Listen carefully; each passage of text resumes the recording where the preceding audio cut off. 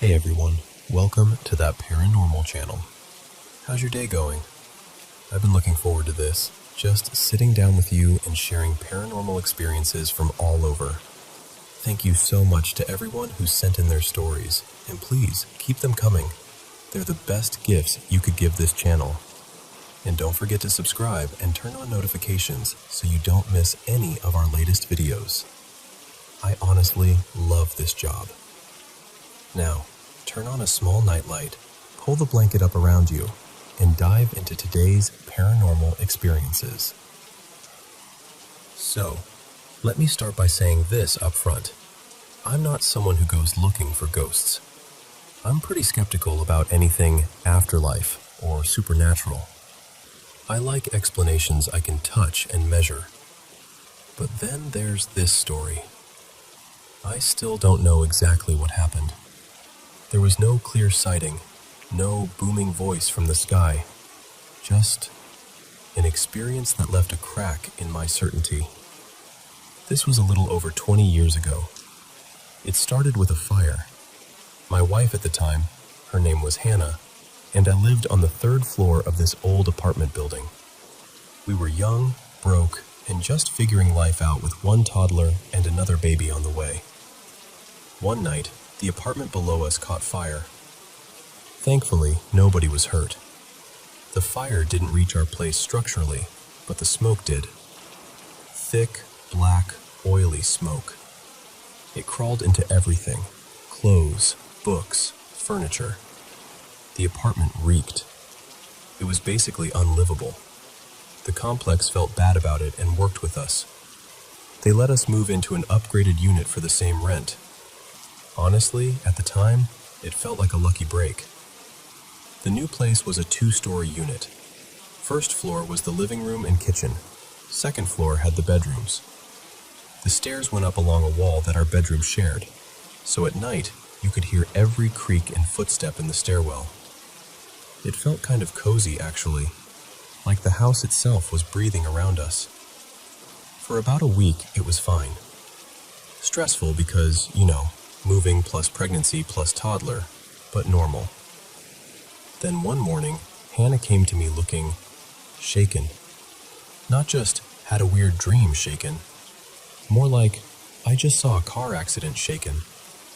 She said, "I had this dream last night and I can't stop thinking about it." In her dream, she said she woke up in our bed, in that exact apartment. Same dim light from the window, same cheap blinds, same shadows on the wall. It didn't feel like a dream to her. It felt like she had just woken up for real. At the foot of the bed, she saw 3 people standing there. Not glowing, not monstrous, just people. Watching her. Studying her. She couldn't move or speak, but she could see them clearly. Then she heard something on the stairs. She described it as heavy, like something big was coming up the steps. Not a person. The sound had weight to it. She said it reminded her of an excited dog, those quick, eager steps, but it sounded bigger, and it was making these strange, happy, almost playful noises. Not quite a growl, not quite a bark. Behind the bedroom door, she could hear this thing getting closer with each step.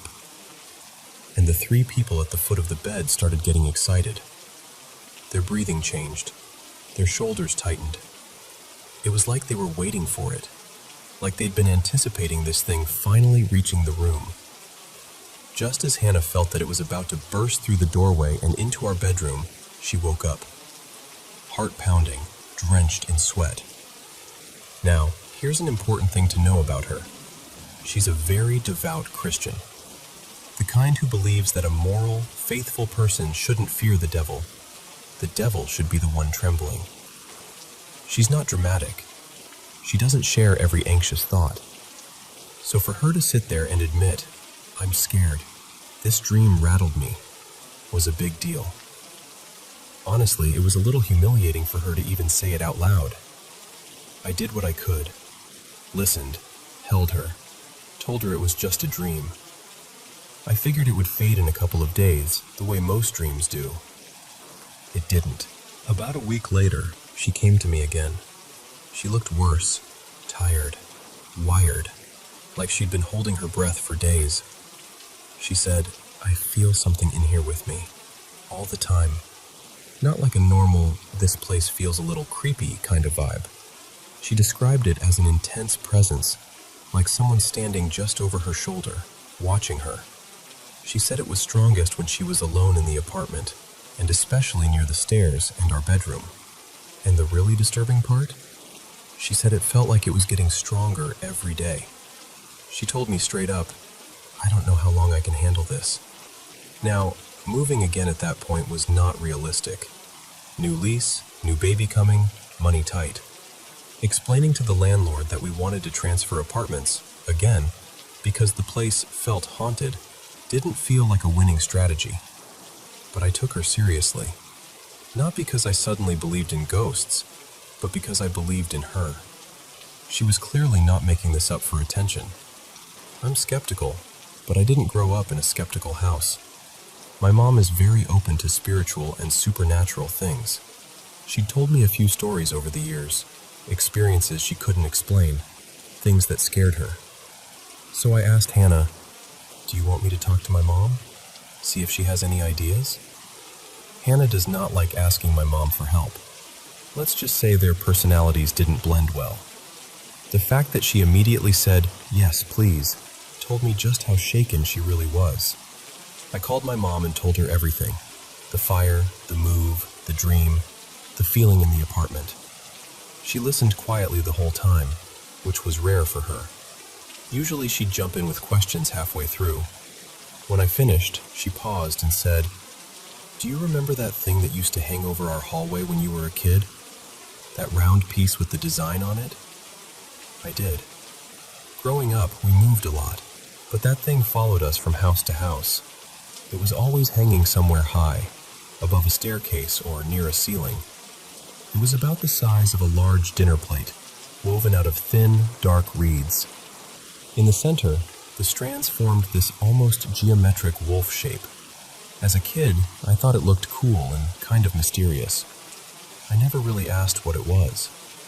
She said, "That's not just decoration. That was given to me." She went on to tell me something I'd never heard before. Around the time I was born, she said she'd gone through what she called a very bad spiritual situation. That's all she called it. No details. And that was unsettling because she'd shared other weird stories pretty openly, but not this one. Anyway, she said she ended up talking to a Native American medicine man someone had connected her with. He listened to what she was going through, made this talisman, and told her, "Hang it at the highest point in your home." She did. According to her, whatever had been tormenting her stopped. Just stopped. The feeling lifted. Life settled down. And the talisman had hung in our house ever since. She said, "I'm going to send it to you. Put it in the highest place in your apartment." The next day, a package showed up. Inside was that woven circle from my childhood. Seeing it again actually made me feel weirdly emotional, kind of like bumping into an old friend who knows things you don't. Our highest point in the apartment was above the stairwell, near the ceiling that overlooked both floors. So that's where we hung it. It looked almost too small for the big white wall, but it was there, watching over the stairs. Hannah stood under it, just looking up at it for a minute. Later that evening, I asked her, "How do you feel?" She took this deep breath and said, "Better, a lot better." Like something loosened its grip. For a while, things were normal again. The talisman just became part of the background, like a weird family heirloom that happened to live with us now. Several months later, I got a job offer in another state. It was a good opportunity, so we decided to move. We slowly packed up the apartment, boxes everywhere, kids' toys in random bags, that phase where everything looks worse before it looks better. On our last day there, we were down to the final odds and ends. Cleaning supplies, lamps, the stuff you always underestimate. We'd packed the car pretty tightly. Hannah buckled both kids, our toddler and our now newborn, into their car seats. They both fell asleep on the drive over, so she stayed in the car with them while I went in to finish up.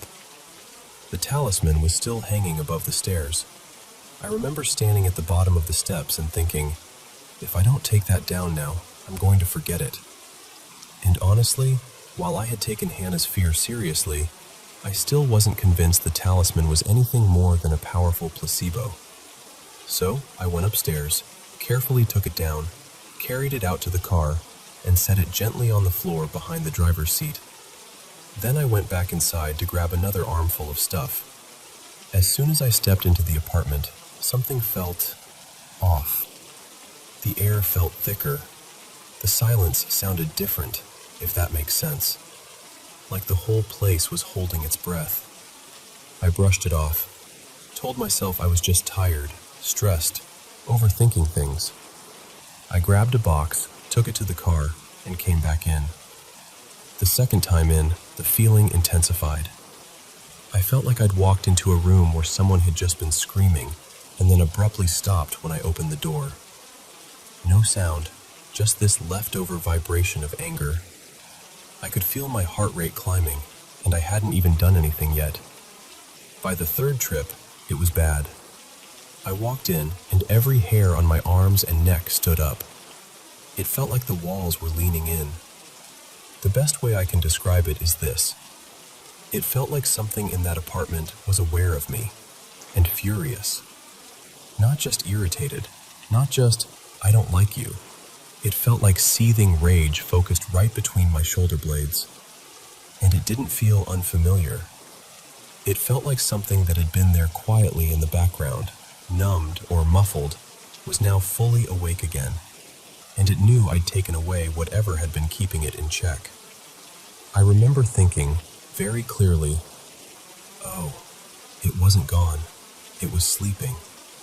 I was supposed to mop the kitchen floor, vacuum one more time, just basic move-out cleaning. I tried to push through the fear. I told myself I was being ridiculous. But my body was not buying that logic.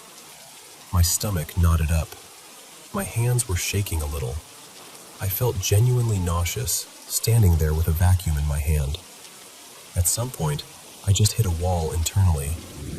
I set the vacuum down, left the mop and cleaning supplies in the corner of the kitchen, and walked out. On my way past the leasing office, I dropped our keys into the after-hours drop box. I didn't look back at the building. I remember thinking, they can keep the mop. I got in the car, trying to act normal. Hannah looked at me and said, "You okay?" I just said, "Yeah, we're done. Let's go." We drove away, talisman in the car, kids sleeping in the back, and that was it. We never set foot in that apartment again. To this day, I don't have a clean explanation. I can line things up and say, maybe it was stress, maybe it was suggestion, maybe Hannah's fear rubbed off on me. Maybe growing up with that talisman made my brain connect dots that weren't really there. And for a skeptic, I'll admit, that's a hard feeling to shake.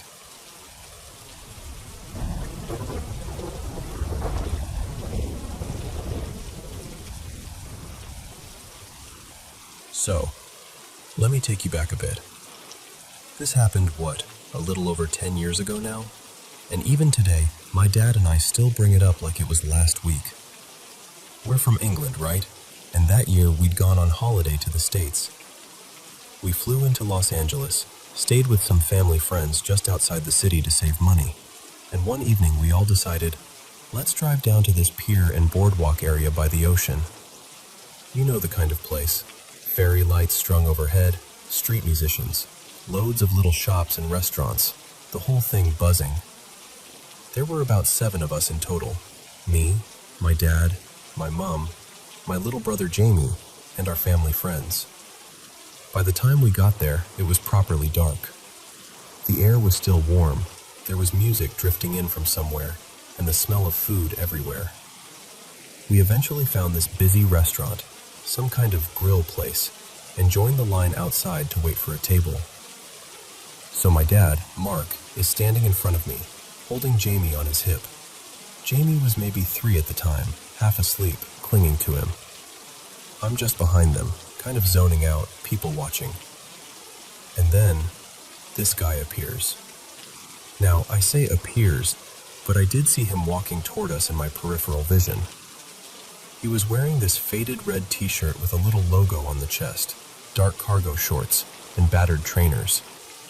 He had a bit of a belly, looked like he might be in his late 30s, maybe early 40s. Skin tone kind of brown, maybe Latino, maybe native, hard to tell in that lighting. He was carrying a big shopping bag in one hand and a smaller paper bag in the other. Totally ordinary guy, right? Except his eyes. At first I didn't clock it because you don't expect it. But when he got close and lifted his head properly, I could see them. They were completely black. I mean, no whites at all. Just two solid, jet black orbs. Like someone had drawn them on with ink. Like holes. And the second I registered that, something in me just switched on.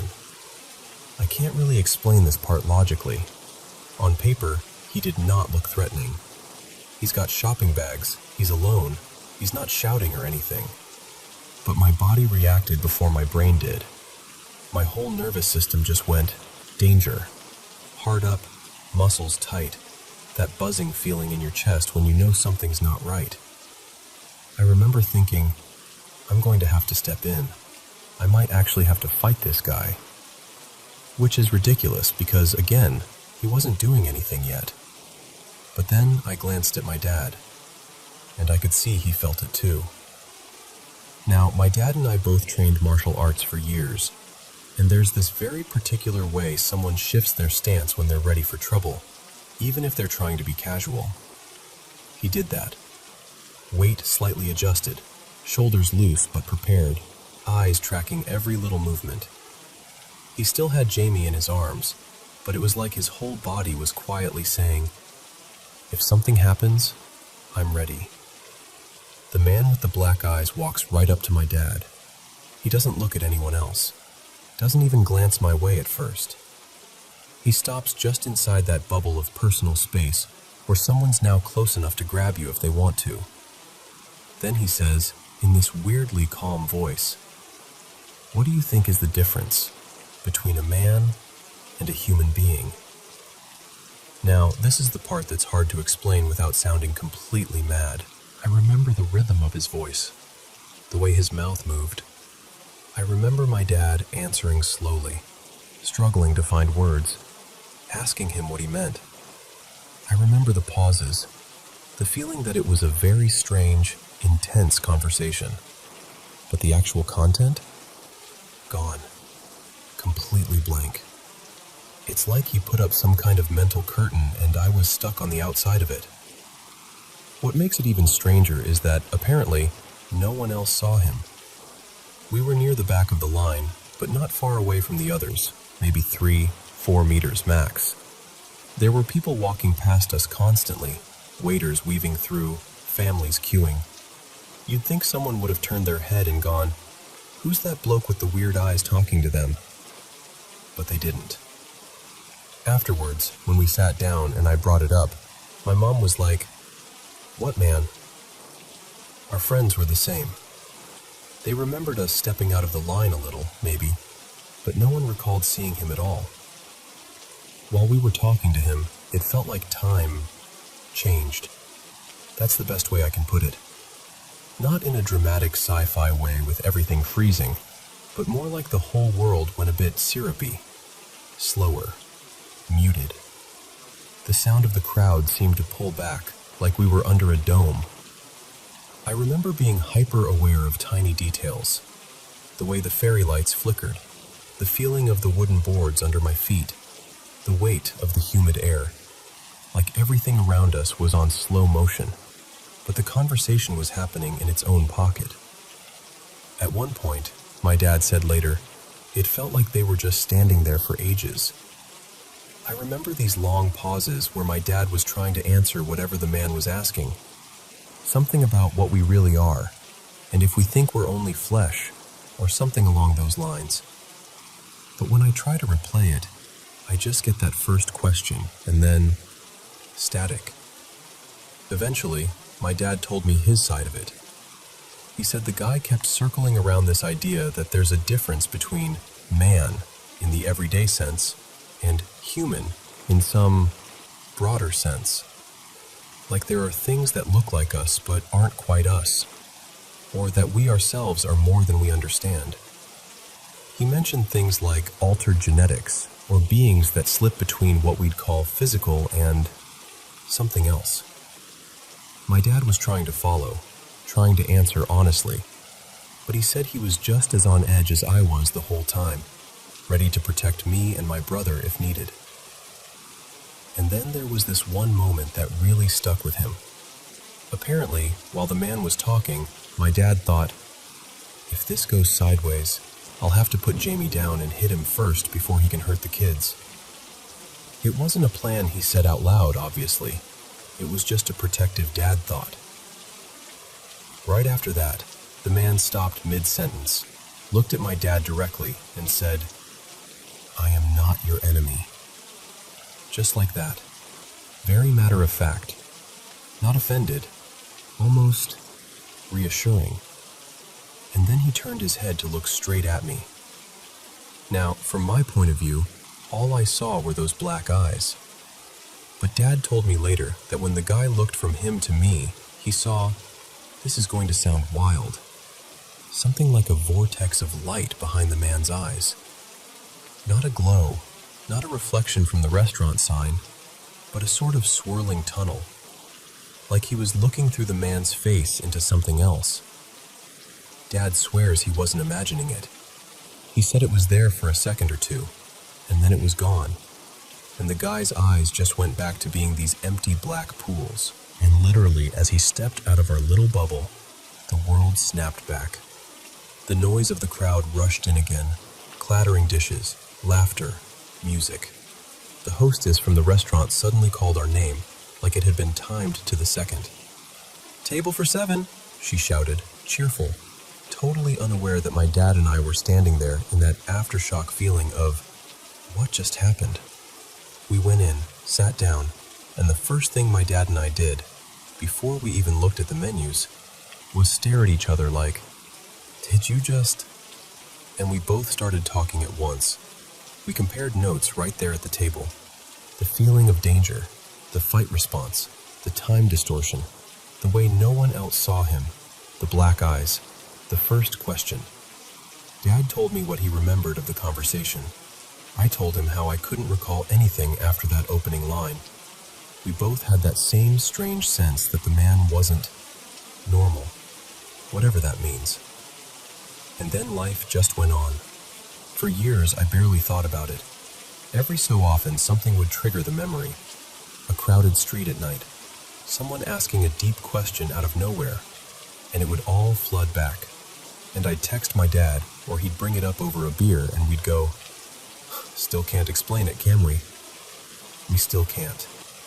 All I know is, that night, on a busy boardwalk in California, surrounded by hundreds of people, it felt like time bent, the world tuned out, and someone, or something, stepped in just long enough to ask us a question we still don't really know how to answer.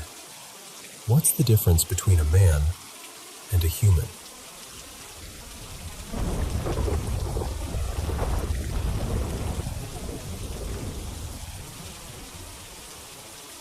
Okay, so let me tell you something that still kind of freaks me out. In a good way. When I was a kid, I was about 11, so this was around 2010. I had this really strange dream. Not scary, just different. It felt weirdly familiar, like remembering a place you're sure you've never been to. In the dream, I'm just sitting on this old wooden bench in a park. Thing is, I never went to that park, not in real life. It's quiet, a little cloudy, and I'm just sitting there, doing nothing. Then this older man, maybe in his 70s, walks over. He's wearing this dark green suit that looks slightly old-fashioned, like something from an old photograph. He sits down right next to me, like he's done it 1,000 times. What really stuck with me was his throat. There was this thick, pale scar curving around his neck, like something tight had been around it for too long. Even in the dream, I remember thinking, that must have hurt. I don't remember every word of our conversation now, just flashes of it. I remember feeling completely calm with him, like I'd known him forever. We were talking about my mom, about school, normal little things. At one point, I remember asking him, "What happened to your neck?" And his face changed. He looked sad and tired, but also sort of proud. Near the end of the dream, he turned toward me, reached out, and took my hand in both of his. His hands were warm and a bit rough, like he'd done a lot of work in his life. And then he said to me, very clearly, "I'll always look after you, you and Lenny." And in that moment, when he touched my hand, I got chills all over my body. That's actually the part that still gets me, because that feeling was so intense it woke me up.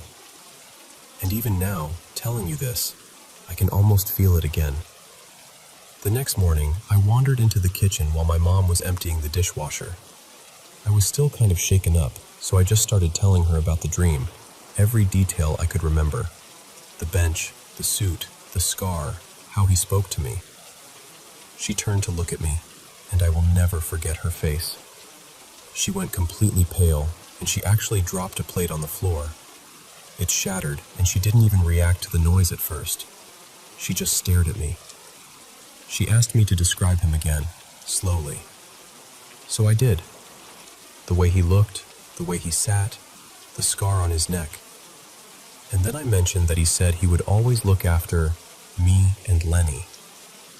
My mom's eyes filled with tears instantly. She asked me, "He really said Lenny?" I said, "Yeah, why?" And that's when she told me that Lenny was her childhood nickname. A nickname that only her father used. Here's the thing. I never met her father. He died years before I was born. I'd seen maybe 1 or 2 photos of him in passing, but we never really talked about him much. I didn't even remember his name then, just that in the dream I somehow knew who he was. I told her about the scar and how I'd asked him what happened. In the dream, he told me he'd been tortured while he was in captivity, but he hadn't gone into all the details, just enough to make me feel the weight of it. My mom just broke down crying. Through the tears, she said, "He never told me that. Not like that." She explained that her father had been part of the Dutch resistance during World War II, and that he'd been captured. He'd been held in a building near a square in Groningen. She named the place, like it was burned into her memory, and that he'd been interrogated by collaborators. After that, my mom started talking more about the sensitivity in our family. She says she sometimes feels negative energies in the house, and every now and then she burns incense or does little cleansing rituals. I used to roll my eyes at that stuff, honestly. But she told me her mother, my grandmother, was the same way. That she would sometimes talk to people in her sleep, or wake up and know things she shouldn't know. She told me that I might have the same thing. That if I wanted to talk to him again, I'd have to open up or reach out. I didn't really know what that meant, but as a kid I tried.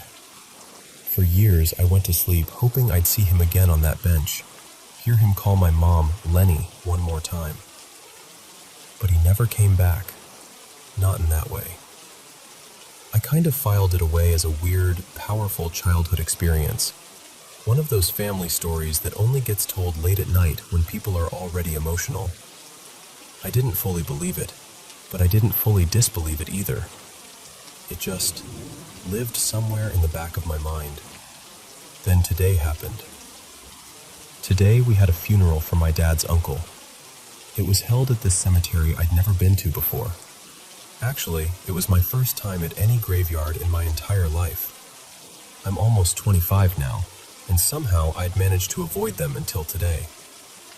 From the moment we walked in, I felt off. Not terrified, just really uncomfortable. Heavy, like the air was thicker somehow. I tried to brush it off as just nerves and sadness. After the service, when everyone was kind of standing around in that quiet, awkward way people do after funerals, I suddenly thought of my grandfather, my mom's dad, the man from my dream. I knew he was buried in the same cemetery, so I asked my parents if we could go find his grave. We walked around for a bit until my mom recognized his name on a stone. It was simple, not flashy or anything. Just his name, his dates, and a small symbol. I stood there, and for the first time in my life, I was physically in front of him. I didn't know what to say, so I just kind of awkwardly introduced myself, out loud. I said something like, "Hi, I'm your granddaughter. We, met once, in a dream." I felt ridiculous, but also strangely emotional. And then, as I'm standing there, this gust of wind blows through the trees. It's chilly, like you'd expect in a graveyard. But on my right shoulder, I suddenly feel warmth. Not just, oh, the sun came out, warmth. It felt like the weight and heat of a hand being gently placed there. Firm, comforting. Like someone standing slightly behind me saying, without words, "I'm here." I froze. My whole body lit up with goosebumps, but my shoulder felt safe.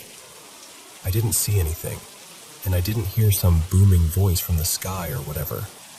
It was just that touch, that impossible, gentle pressure that lasted a few seconds and then faded away. I stood there, staring at his name, and I just whispered, "Thank you." I didn't even fully know what I was thanking him for. Looking after my mom? Watching over me? Showing up once when I needed him? All of it, maybe. It's been about 6 hours since then, and I'm still sitting here with chills running up my arms every time I think about it. I've gone back and forth my whole life between believing and not believing in this kind of thing. But after today, I don't know. It's harder to just shrug it off as coincidence. Maybe it was all in my head. Maybe it was grief, or suggestion, or the wind doing something weird at exactly the right moment.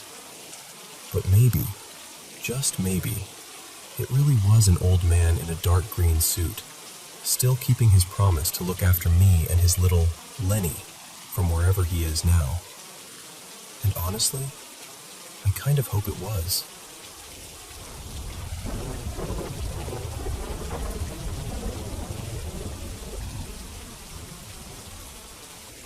So, it's 7:54 in the morning right now, and I still haven't slept. I've just been lying here replaying everything that happened last night, and honestly, I'm still freaked out.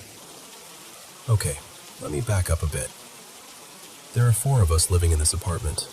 Me, my older brother Marco, my younger brother Eli, and my little sister Lena. It's a cozy 2-bedroom, 2-bathroom place we moved into about 6 months ago. Nothing fancy, but it's home. We've never really had any serious issues in this building. No rats, no possums in the walls, nothing like that. The worst we've seen has been a couple of earthworms that snuck in when it was raining, and the occasional cockroach that we immediately declare war on. Past tenants apparently didn't have any rodent problems either. So, last night, well, technically this morning, it was around 12:10 a.m. or so. Things were pretty normal. I was in the shared bedroom with Lena, and Eli, who works this weird 2 p.m. to 10 p.m. remote shift with people in different time zones, had just finished work. He came into our room, dropped onto his mattress, and said something like, "Wow, it's already past midnight?" Lena heard that and was like, "Okay, we should really go to sleep now." I usually sleep when Lena does, habit from us getting ready for bed at the same time. But then I realized I hadn't brushed my teeth yet. So I told her, "I'll be right back, just gonna brush," and headed downstairs. And literally the moment I stepped off the last stair, I got this weird, heavy feeling, like the air had changed somehow. For context, this wasn't the first time I'd gone downstairs alone at night to brush my teeth. I do it all the time. And yeah, it's normal to feel a little creeped out when you're alone in the dark. I'm not new to that. But this was different. It wasn't just, oh, it's dark and spooky. It felt off. So the layout is kind of important here. When you come down the stairs, the bathroom is to the left. The kitchen is a bit farther down, on the right. And then there's this weird little empty room outside, like a storage room or something, that you can see through the kitchen window and through this tiny, high-up window in the bathroom. That little room has no light. At night, it's just pure black, like someone cut a square out of the world. Even in the daytime, it's a little unsettling, but at night, it's just pitch darkness. You feel like if you stare too long, something might look back. So I go to the kitchen sink to brush my teeth. Yeah, we do it there because the bathroom sink is tiny and the water pressure is pathetic. And while I'm brushing, I get that prickly feeling that something is watching me through the window over the sink. Again, not the first time I've had that feeling. I tell myself, you're just paranoid, chill, and keep going. I finish up there and head to the bathroom because I really don't want to wake up at 4 a.m. needing to pee. And in the bathroom, it's calm, completely normal. That's actually what weirded me out. Usually, late at night, I get this creepy sense like something is hovering on the other side of that little upper window, just out of sight. But this time, nothing. It felt like daytime. Calm, quiet, still. Like the calm before a storm. Anyway, I finish my whole routine. Face, skincare, bathroom, all that. And by the time I'm done, it's a little before 1 a.m. I turn off the kitchen light and start heading upstairs. Normally, I switch it off from the top before going into our room, but that night, I didn't. The switch is near the little foyer, not right by our bedroom door, and the idea of standing in the dark hallway, turning off the light, and walking blind to my room? Absolutely not. Our room light was already off because Lena was asleep, and I didn't want to wake her, so I just left the hallway light on. I go into the room, flop onto my bed, and scroll through TikTok like a responsible adult who definitely isn't ruining their sleep schedule. Eventually, my eyes start to feel heavy. I put my phone down, and I'm in that half-asleep, half-awake zone where your brain is still kind of listening. And then I hear it. This sharp little click. It sounded exactly like when someone tries to open a locked door and the lock just catches. My immediate thought was, okay, calm down. It's probably just my glasses shifting on my messy desk. They make a similar sound if they slide against something. So I force myself not to overthink it. And then, a few seconds later, something starts scratching at our bedroom door. At first, I freeze, completely. My heart is pounding so hard I can hear it in my ears. I try to be logical. Maybe it's a mouse. Maybe this is the one time a rat found its way in, and I'm just unlucky. It happens, right? But I know this building. We've never had rats. Ever. The scratching doesn't sound small.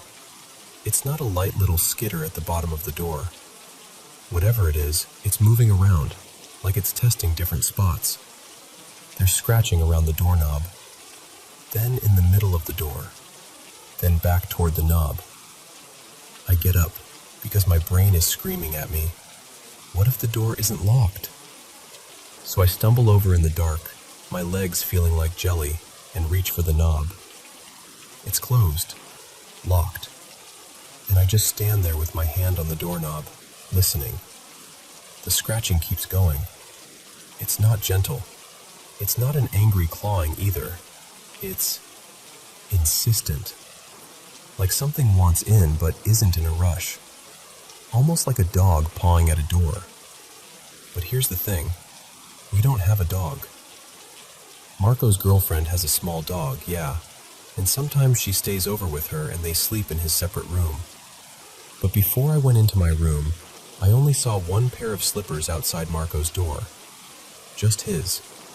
No girlfriend, no dog. And even if the dog had been here, she's tiny, very clingy, and very vocal. She would have been whining or barking. Also, she definitely couldn't reach as high as the middle of our door, let alone around the knob. And then it gets worse. There's this thin strip of light at the bottom of our door because the hallway light is still on outside. I'm staring at it, trying to calm myself down, and suddenly that strip of light just disappears. Like something big is blocking it, standing directly in front of our door. It's like whatever is scratching is now also standing there, right on the other side. At this point, I am done. I'm not trying to be brave. I'm not trying to be the main character.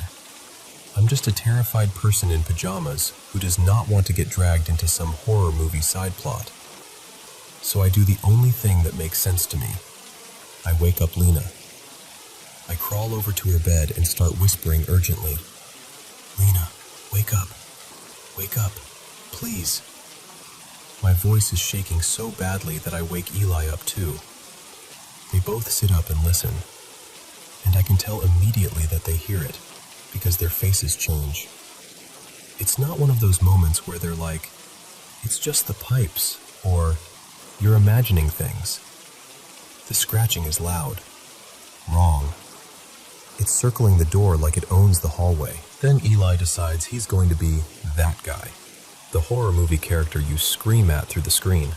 He grabs his flashlight, stands up, and starts walking toward the door like he's about to negotiate with the unknown. I whisper, "What are you doing? Don't open it. Seriously, Eli, don't." I'm imagining the door flying open and something just rushing past him straight at us. He puts his hand on the knob. I'm standing there holding my breath, absolutely convinced this is the moment my life turns into one of those based on a true story documentaries. He twists the lock, opens the door, and nothing. The scratching stops instantly. The hallway is empty. The light is still on. No rat, no dog, no person. Nothing on the ceiling, nothing in the corners. Just silence. There's this weird mix of relief and panic inside me. On one hand, thank God, there's nothing there. On the other, if it wasn't there, where did it go? And what if opening the door just let it in? Eli, being Eli, steps fully into the hallway. He checks the staircase. He goes downstairs, looks in the kitchen, in the bathroom, even peeks through the window into that dark little outside room. He checks the front door. Everything is locked. Everything looks normal. He comes back up after a while and shrugs like, "There's nothing. It's fine." We close our bedroom door again. A few minutes later, the scratching starts up. Same door, same pattern. At that point, I'm holding back tears. My brain is just playing every horror movie trope I've ever seen on repeat.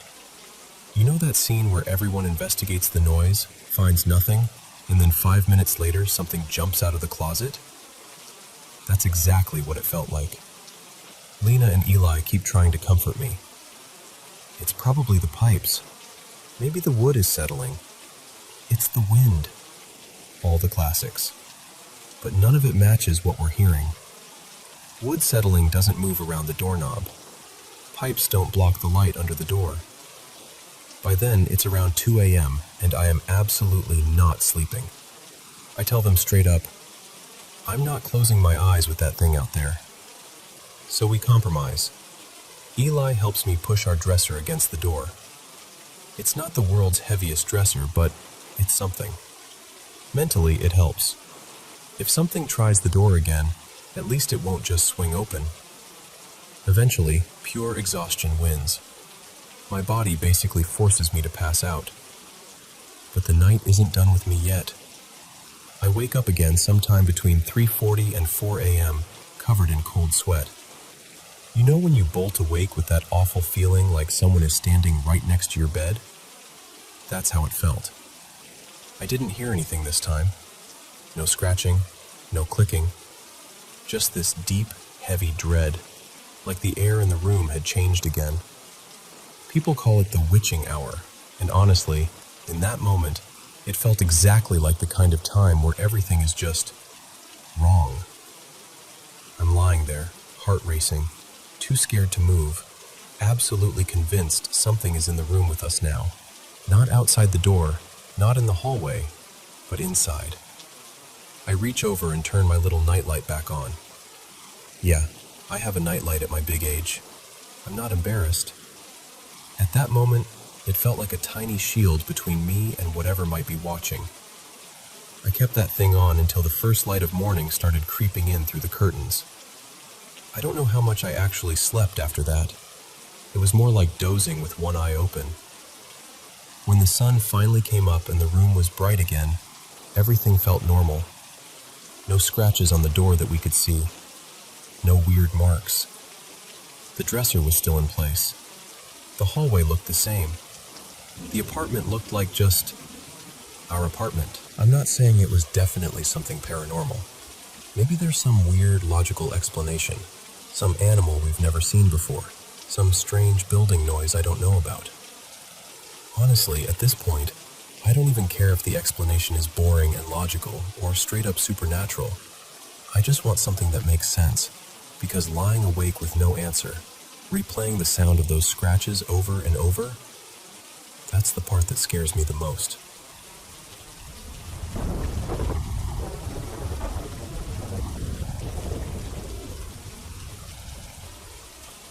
So, hey, I'm recording this on the 26th of October, 2025, and I want to tell you about something that happened over the last few nights. I'm from India. Right now I live in a small town in Maharashtra, and we just had Diwali. This year, the main celebrations were on the 19th and 20th of October. If you don't know, Diwali, is called the Festival of Lights. It's connected to the epic Ramayana, and it's usually such a happy, bright time. Diyas everywhere, sweets, family, all of that. But there's this other side people talk about too. They say Diwali night is heavy, spiritually heavy. That spirits are stronger, that people do black magic and witchcraft on that night. We're told not to leave clothes outside, not to keep shoes lying around, not to step over weird powders on the road. All that stuff. And in our house, we tie fresh mango and ashoka leaves on the door for protection. My grandma swears by it. So, before any of this started, I'd moved into a separate room to study because my exams had started. It became my little safe place, you know? My comfort room. I used to actually sleep better there than with everyone else. No fear, no weird vibes. Just me, my books, and my playlists. On Diwali night, the first night, my mom, who I'll call Anita here, told me, "Tonight you're not sleeping alone. Come to our room. It's not good to sleep alone on Diwali." I was stubborn, like peak stubborn. I told her I was fine, that I had to wake up early and I'd sleep better in my own room. She tried to convince me more. This is not good. This is not that kind of night. Listen to me. But I still didn't listen.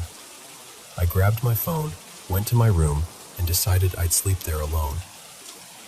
That first night wasn't dramatic or anything, but that's where the fear started.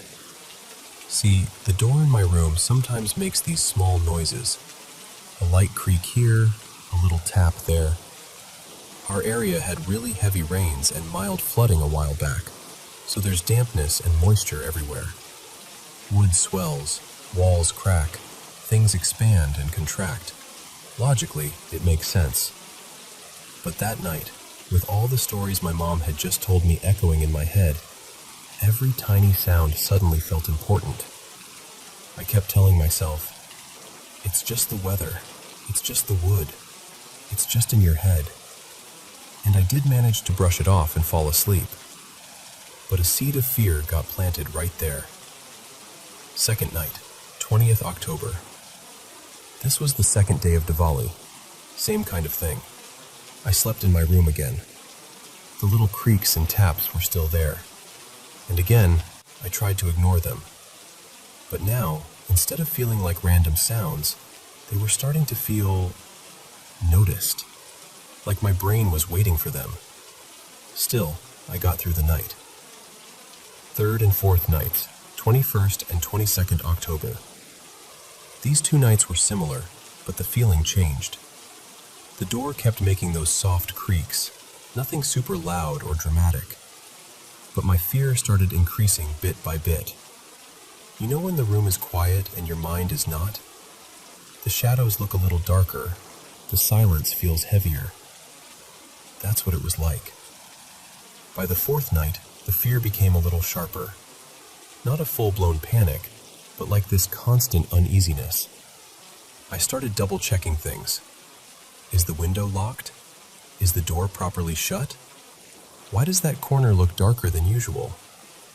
Nothing happened exactly, but inside, I wasn't calm anymore. Fifth night, 23rd October. This is where things got really weird for me. So evening comes, then night. Everything's normal at first. I get ready for bed in my room. The main light is off, and there's this small, warm, orange night bulb on. It usually makes the room look cozy. But that night, it just made everything look strange. Like the shadows were softer, but also more alive. I lay down on my bed. By the way, my mattress is on a wooden manja bed, and pulled my blanket up. I put on some random YouTube video for background noise, thinking it would help. Then I started noticing the door again. At first, it was the familiar, tiny creaks. I tried ignoring them, but my attention kept getting pulled back. And slowly, those little creaks started sounding less like random wood noises and more like knocks. I remember thinking, don't overthink. You just watched a horror movie. This is what happens. But the sounds kept going, and they started becoming clearer, more intentional. Meanwhile, everything in the room began to feel uncomfortable to look at. The Almira door was slightly open, just a small gap, but in that dim orange light, it looked like this dark slit, like something could peek through any second. My mattress had gotten a little flat in the middle over time, but that night, it didn't just look flat. It looked like it was sinking, like something heavy was sitting right there in the center, pressing it down. I actually got up and sat on the bed, just staring at it. And then, the knocking changed. It wasn't random anymore. It wasn't just creaking. I could hear it clearly now. Knock, knock. Then a pause. Knock, knock, knock. Another pause. Then knock, knock. It formed this pattern in my head. 2, 3, 2. Not super loud, but clear. Too clear to ignore. At this point, my heart was racing. My body felt tense, like every muscle was on alert. I tried to reason with myself again. The wind, the wood, the house settling, anything. But something inside me, this strong gut feeling, was just screaming, leave. Leave the room. Right now. It wasn't a gentle suggestion. It felt like a survival instinct.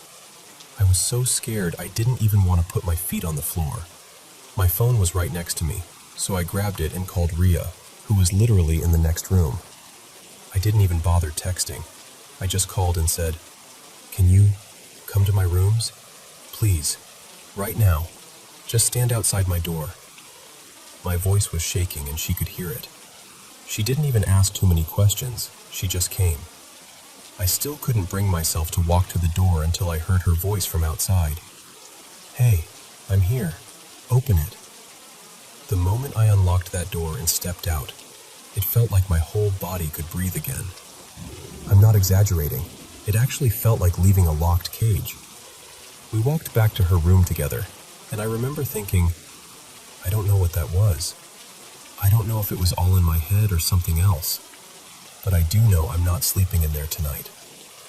Even now, talking about it, I'm not claiming anything for sure. I don't know if it was just overthinking after a horror movie, the leftover energy of Diwali night, the house creaking from old damp wood, or something I can't explain. All I know is how it made me feel. Trapped, watched, and completely on edge in a room that used to be my safe place. So yeah, I've decided one thing for sure. My room definitely needs a deep cleaning, and maybe a proper cleansing too. Physically, energetically, everything. And next Diwali, if my mom tells me, "Don't sleep alone tonight," I think I'm actually going to listen.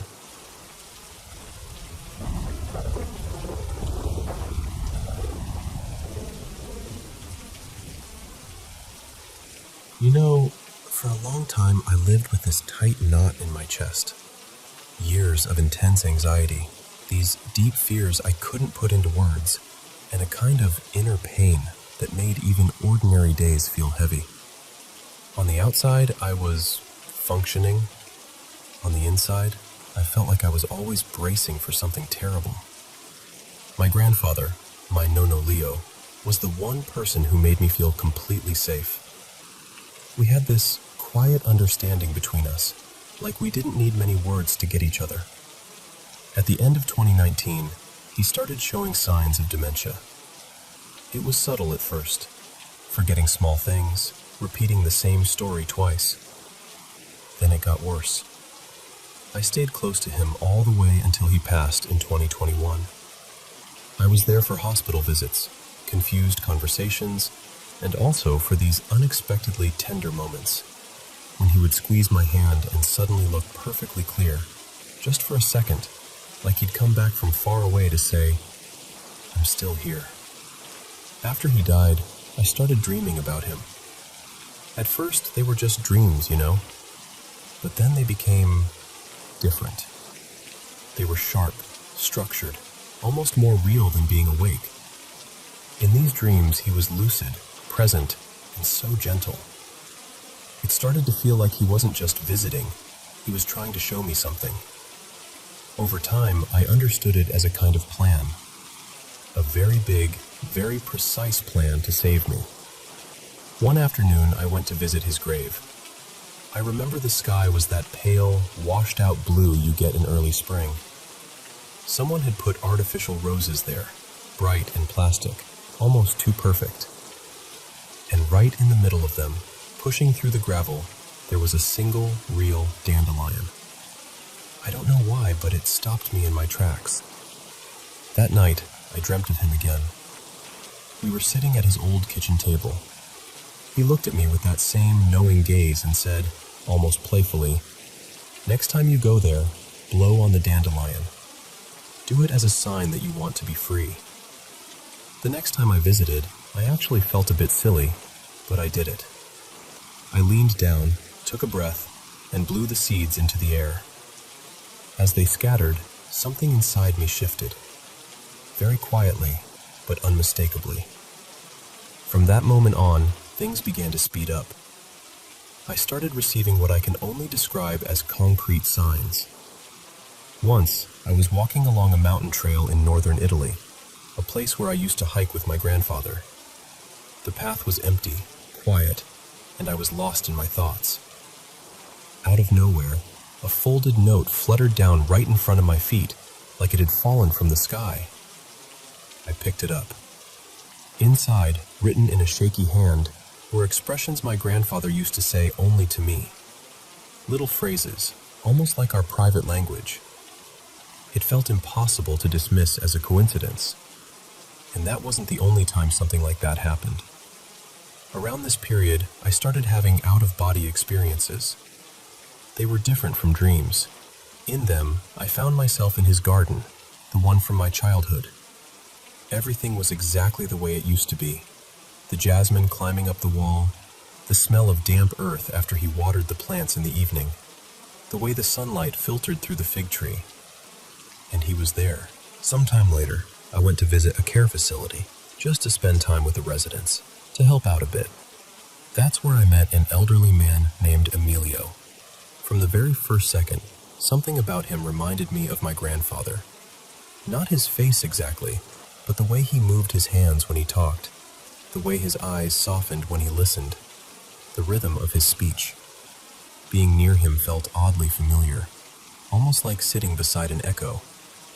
One day, I got this strong urge, almost a push, to show him a photo of my grandfather. So I took out my phone, found a picture, and held it out to him. He looked at the screen for a long time. Then he smiled and said, very calmly, "Oh, I know him. I know him very well." I felt this wave of chills run through my whole body. From then on, Emilio started telling me things. Little truths about my life, about struggles I hadn't spoken out loud, about fears I kept hidden. He would make very specific predictions, tiny details about upcoming days, situations, encounters, and they kept happening exactly as he said. But what mattered more than the predictions was what he helped me see. Day by day, conversation by conversation, he guided me to this understanding. My grandfather had a plan to help free me from my anxiety, that there was nothing random about the way our lives had intertwined, or even about the way his illness had unfolded. I began to affectionately call Emilio the Herald, because it felt like he was carrying messages that didn't entirely belong to him, like he was delivering something that had been prepared for me. Through all of this, the dreams, the signs, the garden visits, the meetings with the Herald, a strange idea began to take shape inside me. As unusual as it sounds, it felt like my grandfather had, in some way, offered up his mental clarity so that I could eventually reclaim mine. I started to see his dementia not just as a cruel, senseless disease, but as a kind of sacrifice. Almost as if, on some level I don't fully understand, he had carried the confusion, the fragmentation, so that I could one day find coherence, so that the pain I carried inside me could finally loosen its grip. I'm not saying I have everything figured out. I'm not saying I have all the answers. But what I know is that I am not the same person I was before all this started. My anxiety isn't completely gone, but it no longer rules me. There's more space inside me, more softness, more trust. And when I feel that familiar knot in my chest trying to tighten again, I remember the dandelion. I picture those seeds lifting into the air, carrying my will to be free to a place I can't see, but somehow still believe in. And in those moments, I feel my grandfather close. Not as a memory, not as a ghost, but as someone who loved me so much that he wove a whole hidden plan through illness, symbols, strangers, and dreams, so that, little by little, I could learn how to live again.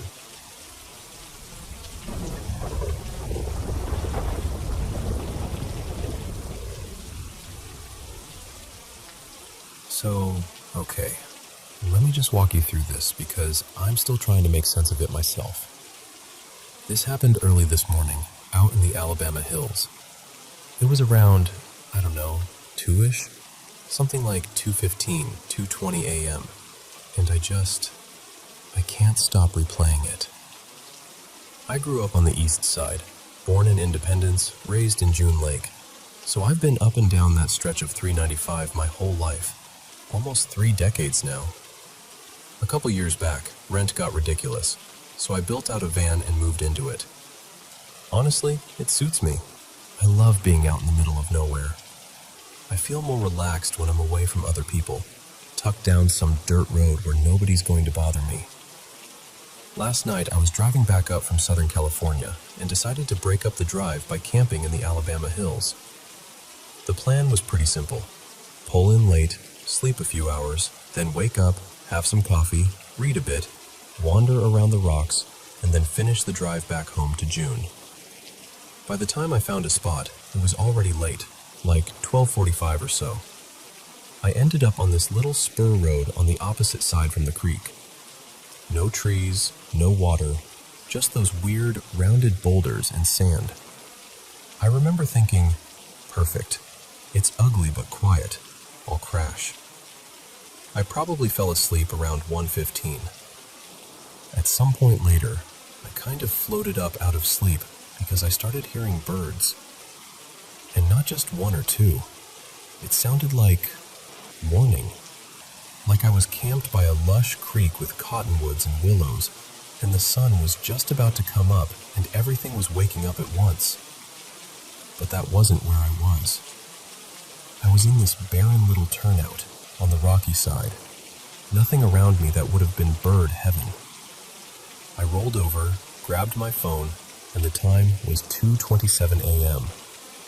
And I remember frowning at the screen like, no way, it's the middle of the night. But I was so tired that a part of me just went, whatever, weird, and I tried to drift back down. Then the birds faded out, and almost immediately it was crickets. Just this wall of cricket noise, like someone had turned one sound off and switched another one on. It was loud, way louder than I remembered when I parked. It felt artificial, or like somebody was messing with the volume knob on nature. I barely got through the thought, did I just not notice this before? When I felt something lean into the side of my van. You know that feeling of weight pressing in?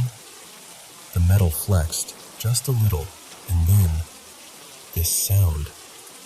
I don't even know how to describe it. It was like a scream, a whistle, and a wail all at the same time. High and piercing, but there was this weird depth under it. It felt like it went straight through my chest. And then my van started shaking. Not just rocking a bit, full-on violent shaking. Earlier this year, a bunch of my friends thought it would be hilarious to mess with me and rocked the van back and forth while I was inside. That was annoying, but it felt like people. It was playful, rhythmic. This was not that. This felt like the whole van was in a storm, like something huge had grabbed it from every direction at once. If that was an earthquake, it was bigger than anything I felt in California, and I've been here my whole life. The movement wasn't rolling. It was like the ground and the van were each trying to go in different directions. And I just broke. Usually, when bears mess with my van, I know what to do. I grew up with black bears around. If they try to get into my vehicle, I'll yell. I'll hit the side. I'll bang on the window. I've always been able to stand my ground with them. But in that moment, I couldn't move. I wanted to scream stop and slam my hand against the glass, and I just couldn't. My body would not cooperate. I was lying there, totally rigid, with tears pouring down my face, listening to this thing happen around me. The fear was different too. I'm used to normal fear, adrenaline, heart racing, brain making plans. This wasn't that. This felt like something heavy in the air, pressing down on me from the outside. Like the whole space around the van was saturated with this, I don't know, presence. It felt evil. I don't use that word lightly, but that's the only way I can describe it. It didn't feel like my own anxiety spiraling. It felt like stepping into a room where something terrible has happened, and your body knows before your brain does. Just this objective, crushing dread. I honestly thought, okay, this is it. I'm going to die here, in my stupid van, in this random turnout off Whitney Portal Road. I have no idea how long it lasted. It might have been 30 seconds. It might have been a few minutes. In my head, it felt like forever. The shaking finally stopped. The sound cut off. And then there was nothing. No crickets, no birds, not even wind. The silence was almost worse than the noise.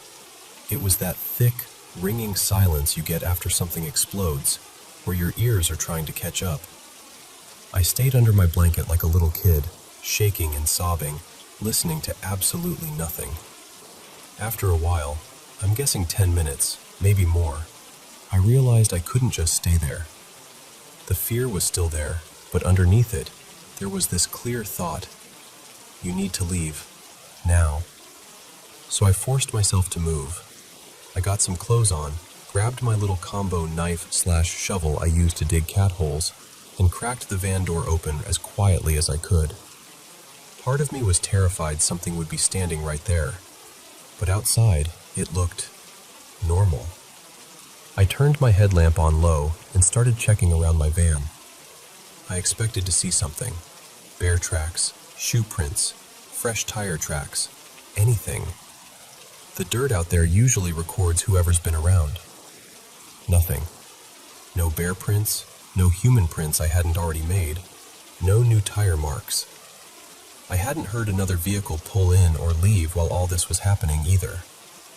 If a truck had been messing with me, I would have heard it drive off. That was the moment my fear turned into this cold, unsettled feeling. I climbed back in, started the engine, and just left. I didn't even bother pulling my bedding together. I just threw it aside and drove. When I finally got service, I pulled over and checked the earthquake reports for that time, somewhere around 2:30 to 3 a.m. in the Lone Pine area. Nothing. No recorded quakes that matched what I felt. Driving down from Whitney Portal, past town, I could still feel that oppressive heaviness sitting in my chest. And then, as I got farther south on 395, it started to loosen. By the time I was passing Manzanar, it felt like whatever had been on me was finally wearing off. Normally, I hate sleeping at rest stops. I don't like being packed in with strangers. I'm way more nervous about people trying something than I am about animals. But when I pulled into that rest stop south of Big Pine and saw other cars with people sleeping in them, I could have cried from relief all over again. Nothing. I checked again in the morning light, really carefully. No new gouges, no dented panels, nothing bent or twisted. From the outside, it was like the night had been completely uneventful. And that's honestly the part that keeps bothering me. If it had clearly been a bear, or an earthquake, or some drunk person messing around, I'd still be shaken up, but I would have a box to put it in. Instead, I'm left with this experience that feels like it doesn't fit anywhere. For what it's worth, I was camped just east of this rock formation people call Nightfall Rock, in a little side canyon folks around there sometimes refer to as Ranger's Cut in the Alabama hills. I know it's close to LADWP land, and yeah, I probably wasn't supposed to be exactly where I was. The plan was to pull in late, leave early, and just catch a few hours of sleep. After what happened, I don't think I was there even 3 hours total. I'm not trying to jump straight to, it was something supernatural. That's not usually how my brain works. The real reason I'm telling this is because I'm hoping someone who knows the Lone Pine area better, especially around that part of the hills, might have some stories or some kind of explanation. Maybe there's local lore, or maybe someone's had something similar happen out there. Right now, I'm just rattled. It was honestly traumatizing. I've never felt fear like that, and I've never cried the way I did in that van. So yeah, that's what happened. If you've heard anything about that area, or if you've had your own weird night out near Ranger's Cut or around Nightfall Rock, I'd really like to hear it.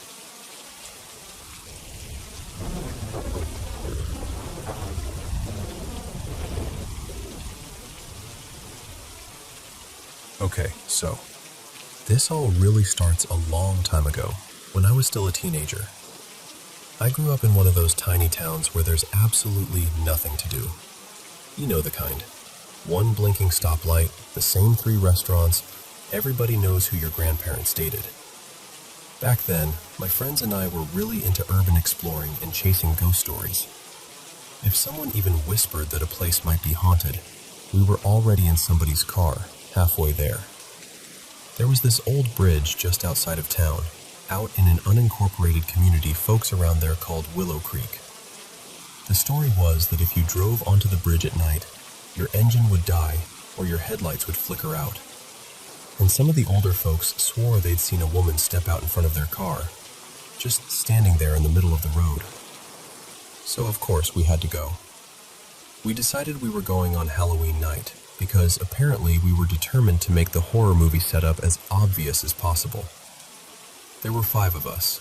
Me, Lena, Marisol, Derek, and Cal. I remember we were getting ready to leave my house, and I had this weird knot in my stomach. I turned to Cal and said, I don't know, this trip feels different. Like, whatever's out there already knows we're coming. He stared at me for a second and said, yeah, I kind of feel that too. But we laughed it off. It was Halloween. We were spooking ourselves, right? On the way out there, a couple of us started passing a bottle around. Lena was always the one who overdid it, and she was already getting loud. I didn't want her to get wasted and ruin the whole night, so I took the bottle from her and stuffed it in my bag like, all right, that's enough, party girl. We turned off the main road onto this old red dirt road that twisted through the trees. That's when Derek, who was driving, slowed down and said, hey, look. I glanced up from the passenger seat, and the road ahead was just swallowed in this thick fog. Not a gentle little mist either. It was like a wall of smoke. I remember muttering, "Well, that's convenient," trying to sound brave. Nobody was really talking at that point. The air felt heavy, like when a storm's about to break, but there wasn't any thunder, just that quiet, thick kind of silence. We rolled onto the bridge and Derek stopped us right in the middle. We all sat there for a second, waiting for something dramatic to happen. But nothing. No screaming ghost, no flashing lights, just the hum of the engine. Finally, I said, "Why don't we get out and look around?" Everyone kind of shrugged and agreed, because we hadn't come all that way to just sit in the car. Lena climbed out from the back seat and stumbled a little. I hurried over and grabbed her arm. "Easy," I said, and we started walking together. We were maybe a car length away from Derek's old sedan when the headlights suddenly blinked off, then on again. Marisol whispered, Nope, let's go. I've seen this movie." But Cal shook his head. "Isn't this literally why we drove out here? We should at least look around." Lena decided she wanted to go down under the bridge, by the water. Of course. So I motioned to Derek to grab her other arm, and the three of us started walking down the little slope. As we got closer to the creek, Lena suddenly lifted her head and started talking to the darkness like it owed her money. She goes, "So what, you're not going to show yourself? You scared or something?" Then, "Come on, do something." But she just kept going, waving her arms around, calling whatever was there a coward. The closer we got to the water, the more I felt this static, like the air itself was buzzing under my skin. I knew, deep down, that she had crossed a line. Lena inhaled to start another taunt, and before she could even finish the sentence, something shoved her. Hard. It wasn't like tripping on a rock. She was ripped straight out of mine and Derek's grip. 1 second she was between us, the next she flew forward and slammed onto her knees, right at the edge of the cold, black water. She screamed, "It pushed me!" I snapped, "I told you not to provoke anything. You never disrespect a spirit." My stomach did this slow roll, and I got really nauseous. That happens to me sometimes around whatever this kind of thing is. I've always been a little sensitive. Cal saw the look on my face and hurried over. "Hey, what are you feeling? Do we need to leave?" Before I could answer, an image slammed into my mind, like someone just dropped a photograph right behind my eyes. I saw a woman standing in front of me. Dark hair, wet clothes clinging to her.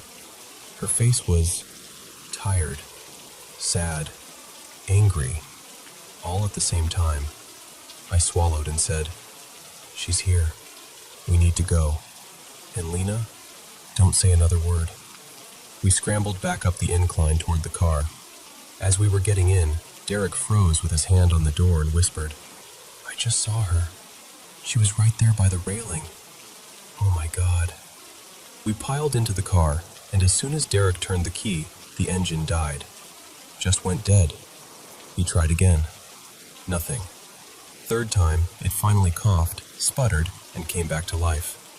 The way the road was laid out, we had to drive off the bridge, pull into this little gravel patch to turn around, and then go back over the bridge to get home. So we eased forward, turned around, and started crossing it again. Right as we got to the middle of the bridge, every light on the car went out. No headlights, no dash lights, nothing. Just darkness and fog. I panicked, grabbed my phone, turned on the flashlight, and leaned half my body out the window, holding the light out so Derek could see the road at least a little. It was ridiculous and terrifying at the same time. Eventually, we made it back into town, all shaking and pretending we weren't. We went to my house, ordered pizza. We needed something aggressively normal, and decided to just put on some movies and crash there. But you could tell we were all still wired. Nobody wanted to admit how freaked out they were, but the energy was off. We made this giant blanket pile on the living room floor, all of us sleeping there together like little kids at a sleepover. At some point in the night, I heard someone say my name, soft but clear. Alex. I opened my eyes, looked around. Everyone was out cold. No one had moved. I kept drifting in and out of this restless sleep, and every time I closed my eyes, my dreams shoved me back onto that bridge. The fog, the water, that woman. Before the sun had fully come up, the doorbell rang. It was so early, it made all of us jump upright. I looked at the clock. It was 6 a.m. I got up, crept to the front door, and peeked through the window. Standing on the porch was a longtime family friend, my Aunt Rosa. Now, she's not my aunt by blood, but we've called her that our whole lives. And she's a clairvoyant. That's just always been part of who she is. I opened the door and let her in. She looked at me with this narrowed, suspicious expression and didn't say a word. Then she went straight past me and headed up the stairs. "Alex!" she shouted. We all sat up at once. "Yeah?" I answered, heart racing. Aunt Rosa appeared behind my mom, calm as anything, and asked, "Alex, where were you last night?" I hesitated.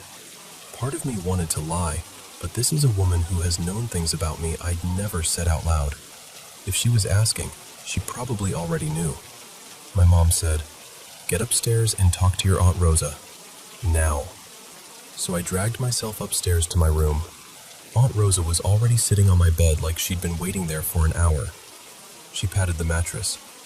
"Sit," she said. "Where did you kids go last night?" "Because she followed you home." My skin went cold. "We went to the bridge," I started. She cut me off. "The one out on Willow Creek Road?" I nodded. She shook her head and sighed. "Why would you go out there, after what happened?" I blinked at her. "What happened?" She called out, "Maria, come here a minute." My mom came into the room, already looking guilty. Aunt Rosa asked her, "You never told Alex about what happened out on that bridge?" My mom shook her head and said quietly, "No, I didn't think it was my place. I thought their dad would have told them." My mom sat down on the other side of me, and I remember the bed dipping under her weight. She took a deep breath. "In the late 50s, she began, "you had a cousin on your dad's side. Her name was Elena. She'd gone through a rough divorce and started working at a little bar near Willow Creek. It was close enough that she could walk home and still keep an eye on her kids." She paused, looking down at her hands. "One night, 2 men followed her when she left. They did terrible, terrible things to her. Then they threw her off the bridge and into the water. I just sat there, stunned. I'd never heard any of this before. Why would she follow me?" I asked, turning to Aunt Rosa. "I didn't provoke her. I tried to be respectful." Aunt Rosa said, gently but firmly, "Because she knew you were family. She recognized the blood, and she's still trying to protect her children. She's been stuck there, watching, guarding, for a long time. We need to help send her to the light. Tonight." Later that day, my friends and I went to my great-grandmother's house, Nana June, to ask about Elena.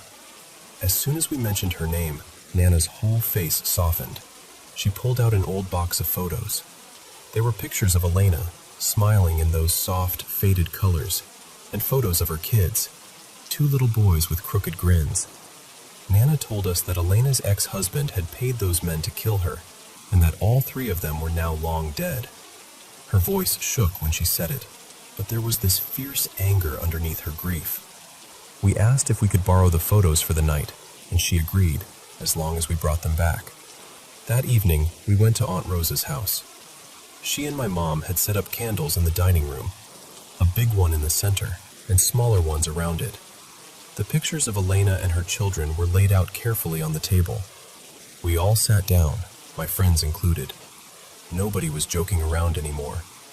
Aunt Rosa closed her eyes and started speaking softly, calling Elena by name, telling her who was at the table, telling her that I was her blood. She said, "You followed Alex because you knew they were yours. Your family.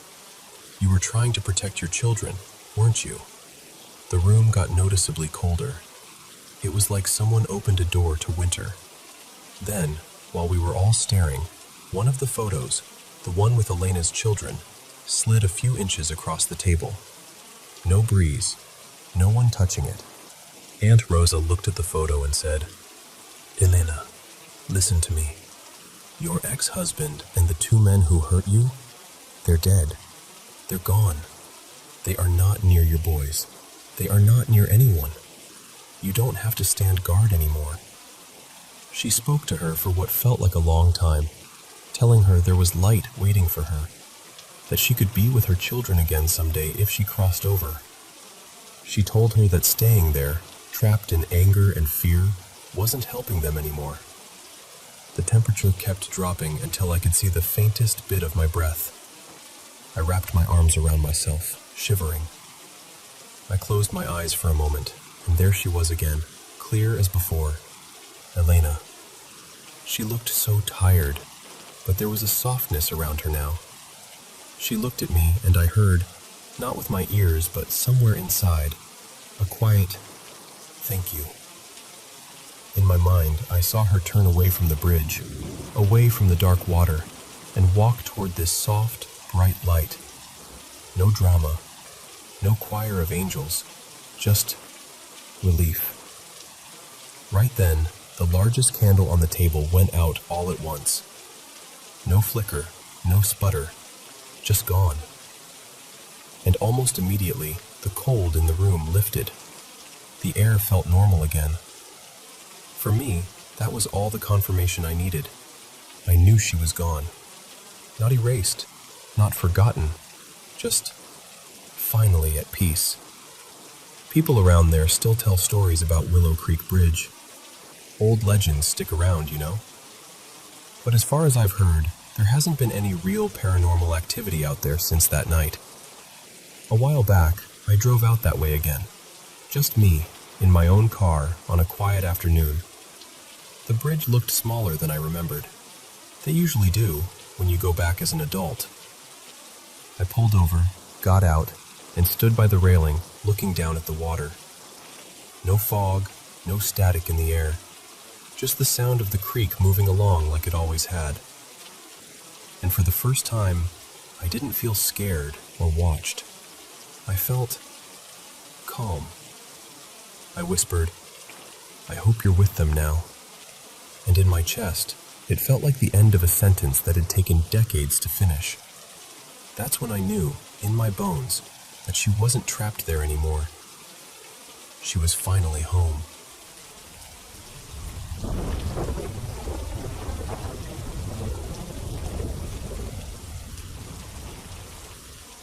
So, let me tell you about my house. I live in this 2-story place that was built in the late 70s. It's nothing super fancy, just an older family home in a quiet neighborhood. Before we moved in, only one other family ever lived here. It was an older married couple. The wife eventually moved to a nursing home, and her husband, a man named Frank, passed away not long after. Nobody's really sure if he died in the house or at the hospital. That's kind of where the story starts. From the beginning, there were all these small, weird things that we just brushed off. The pictures in the upstairs hallway, they never stay straight. You can fix them, line them all up perfectly, and then a few hours later they're tilted again, every single one. And then there are the footsteps. Downstairs we've got these metal vents in the ceiling. Even when the heat or the AC isn't running, we'll hear footsteps walking across the vents above, like the sound of someone pacing back and forth upstairs.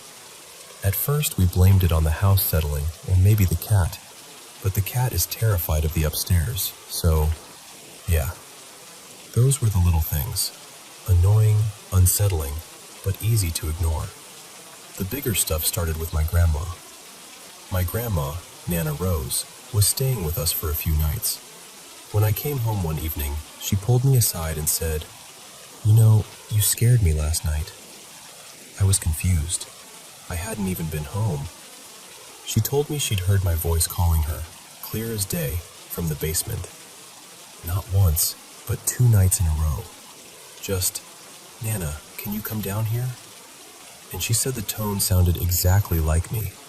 Not just any voice, mine. The thing is, the first night she heard it, I was at my friend Mia's house. The second night, I was working late. I wasn't anywhere near the basement or the house at all. About a year after that, everything kind of exploded into this cluster of activity. It was like something in the house had been building up and suddenly decided, okay, it's showtime. The first big incident happened at the top of the stairs. It was me, my little brother Josh, and my stepdad, Mark. We were standing at the landing, just talking about something stupid, like what to eat for dinner or whatever. Right above the stairwell, on the wall, we had this big framed photo. We'd hung it really securely with these 2 hooks, like you had to lift it up and then out to take it off. There's no way it could just slide off on its own. In the middle of our conversation, the picture suddenly lifted. We watched it tilt forward, as if someone had grabbed the top of the frame and pulled it away from the wall. Then it came off the hooks completely and crashed all the way down the stairs to the bottom. We all just froze. Josh bolted, and I remember Mark and I just staring at each other with that, "Did you see that? Look." We both knew how we'd hung that picture. There was no draft, no one bumped the wall, nothing. It moved like someone had physically picked it up and thrown it. The next night, I wasn't home again. I was staying at a friend's house.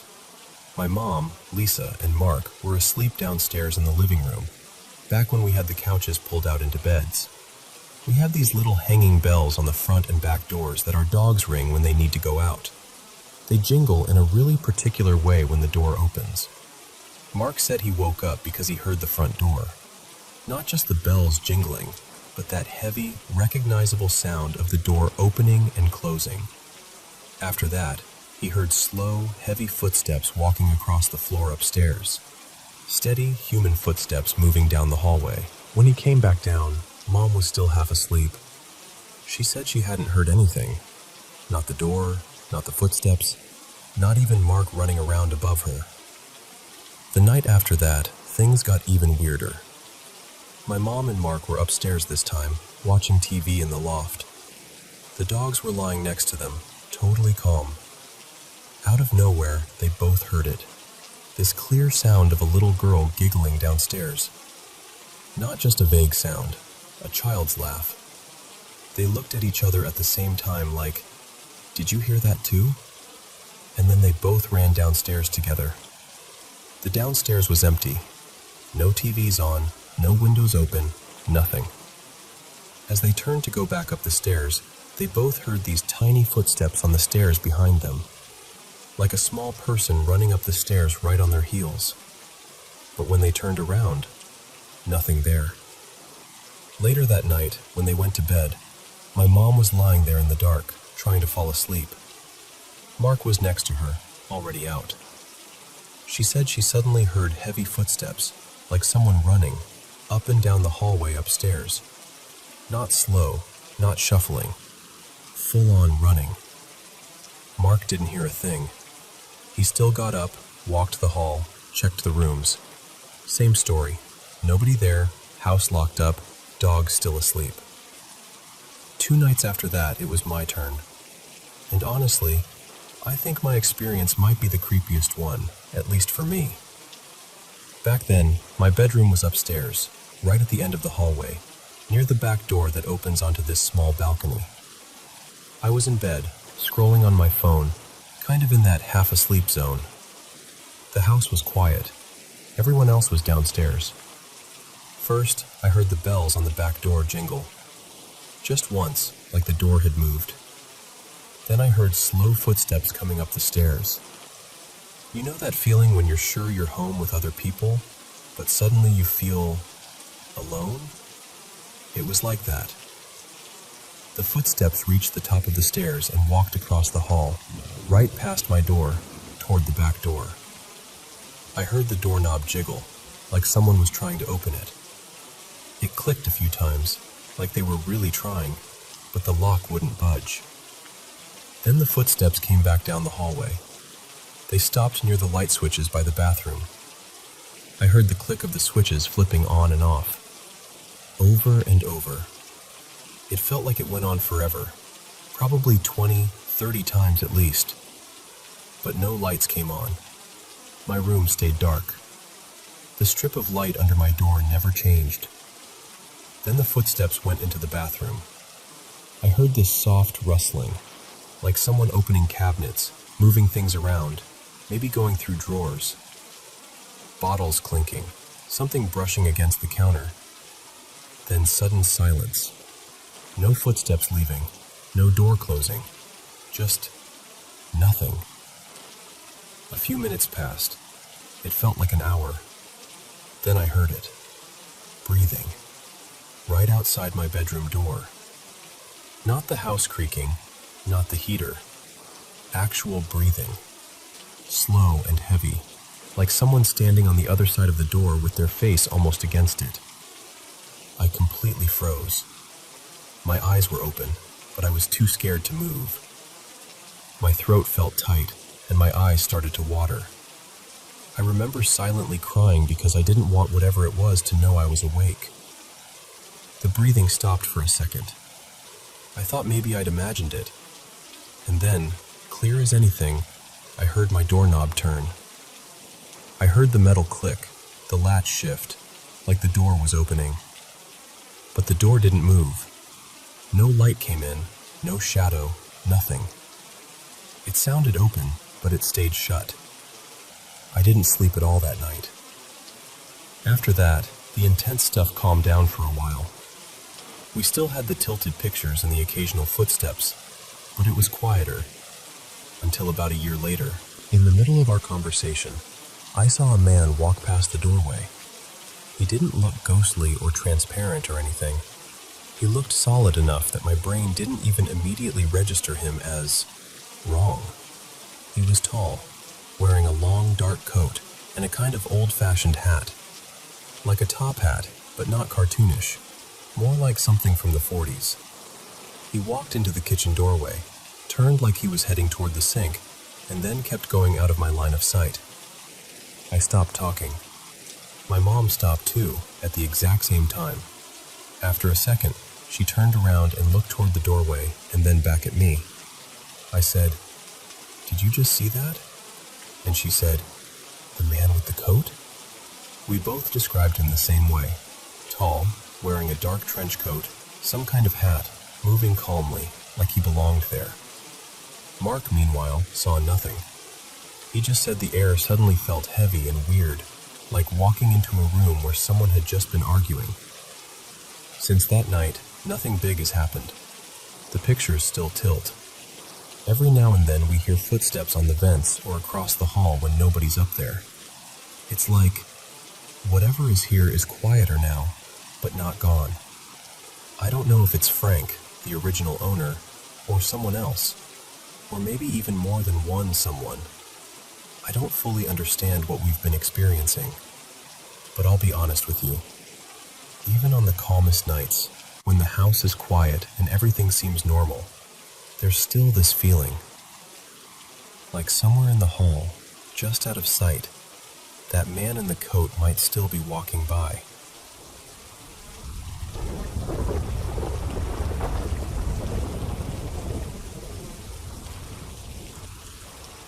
So, I've seen ghosts pretty much my whole life.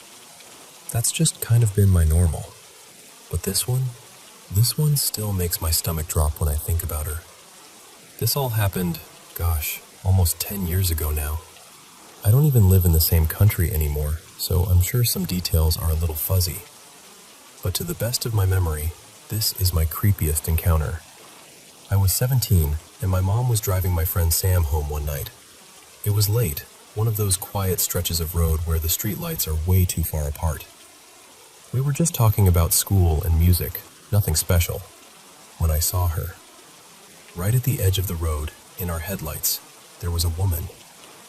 Long, dark hair hanging in her face, a faded maroon t-shirt and jeans. She wasn't walking, though.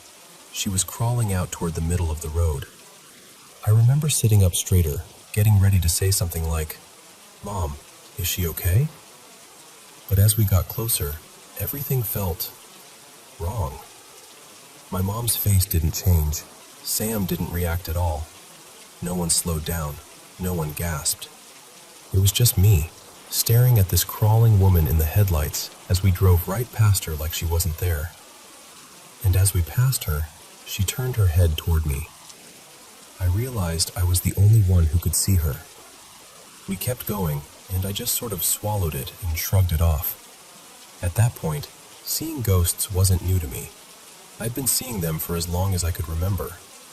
So I filed her away as another random sighting and tried not to think too hard about why she'd been dragging herself into the road. About a week later, it was late, and I was lying in bed. My bedroom door was open, and the soft glow from the bathroom nightlight was just barely lighting up the living room. The couch was pushed almost flat against the wall, right outside my door, like there was no space back there. Not even our cat could fit behind it. That's why it was so weird when I saw movement in that exact spot. At first, it was just a little shift in the shadows. Then, slowly, a hand appeared. Pale fingers curling around the edge of the couch. Then an arm, elbow bending unnaturally as it slid out from behind a place no one should have been able to fit. I watched her crawl out from this impossible gap, inch by inch. Long, dark hair, that same maroon t-shirt, the same jeans. The crawling woman, right outside my bedroom. I'm not gonna lie, I was scared. Like, frozen but pretending I wasn't scared. So I did what a lot of us do when we're terrified. I turned over in bed, faced the wall, and tried to pretend I hadn't just seen a woman crawl out from behind the couch. Eventually, I worked up the nerve to look again. A few minutes later, I rolled back over. She was gone. I forced myself to go to sleep after that, but I definitely did not sleep well. A couple days later, I told my mom about her. We were watching a movie in the living room, lights off, just the TV flickering. I was like, "So, I've been seeing this woman," and I started describing her. Right in the middle of my sentence, my mom suddenly sucked in a breath and jumped up. She slapped the light switch on and just stared toward the front door. I asked, What happened?" She said, "I just saw a woman with long dark hair crawling by the front door." That was the first time we both admitted seeing the same thing. It wasn't until I was older, like late teens and now as an adult, that we actually started talking about it openly, swapping stories, comparing what we'd seen.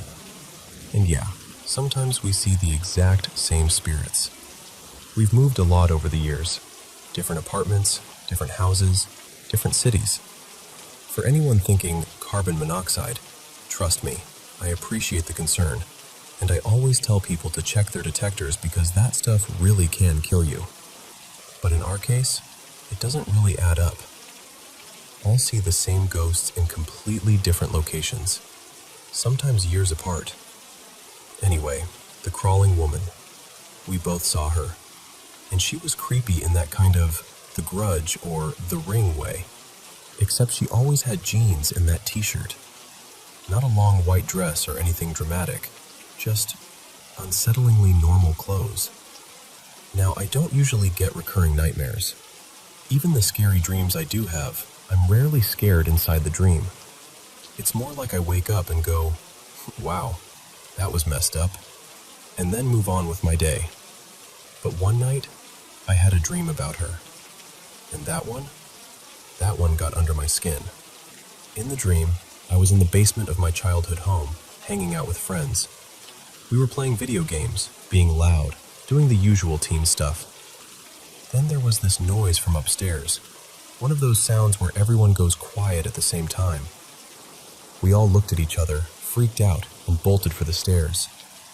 Somewhere between the basement and the kitchen, my friends just disappeared. You know how dreams are. They were there, and then they weren't, like the story forgot about them. I ended up alone in the kitchen. That's when my cat, Pumpkin, this chubby orange guy I loved to pieces, trotted in, meowing and rubbing against my leg. I relaxed a little. I bent down to pet him. Then another pumpkin walked in. and another, and another. Soon the entire kitchen was filled with identical pumpkins, just copies of the same cat walking around my feet, weaving between my legs, staring up at me with the same wide eyes. It was like the dream zoomed in and everything was cats and silence and my own breathing. And then I saw her. The crawling woman was standing this time, not on the floor, but right in front of me. And I was suddenly backed up against the wall, body stuck like someone had pressed pause. I couldn't move. I couldn't scream. The cats were gone, like they'd never been there. She started walking toward me, slow and deliberate. I remember thinking, how am I going to get out of this? Because I knew, even in the dream, that she wanted to hurt me. There was this heavy, hateful feeling coming off her in waves. Right when she got close, the front door slammed open with this huge crack. A man in a worn leather jacket kicked the door in. I never forgot that detail. His jacket and his boots. He strode in like he belonged there, grabbed my arm, and yanked me away from her. We rushed out of the house together, and suddenly we weren't in my neighborhood anymore. We were walking down this endless, empty road. As we walked, I could feel myself starting to wake up, like my awareness was shifting. I turned to him and asked, "What just happened? Who is she?" He looked at me, and his voice was calm but serious. He said, "She wants to kill you. She wants you dead, but first she wants to hurt you. She wants you to suffer before she kills you." His words echoed in my head as I woke up. I remember looking at the clock, around 8 a.m. Not exactly the classic witching hour, but there we were. The same dream. Basement, friends, noise, the scramble upstairs, the kitchen, pumpkin, more pumpkins, too many pumpkins. The crawling woman, frozen against the wall, the door slamming open, the man in the leather jacket. Only this time, when he grabbed my arm and pulled me out of the house, he didn't say anything. We walked that same endless road, but he just stayed beside me, quiet. And yet I knew, he knew, that I remembered what he'd told me the first time. I wake up faster is the only way I can describe it. Like he was getting better at pulling me out. When I woke up, I was so grateful he'd shown up again.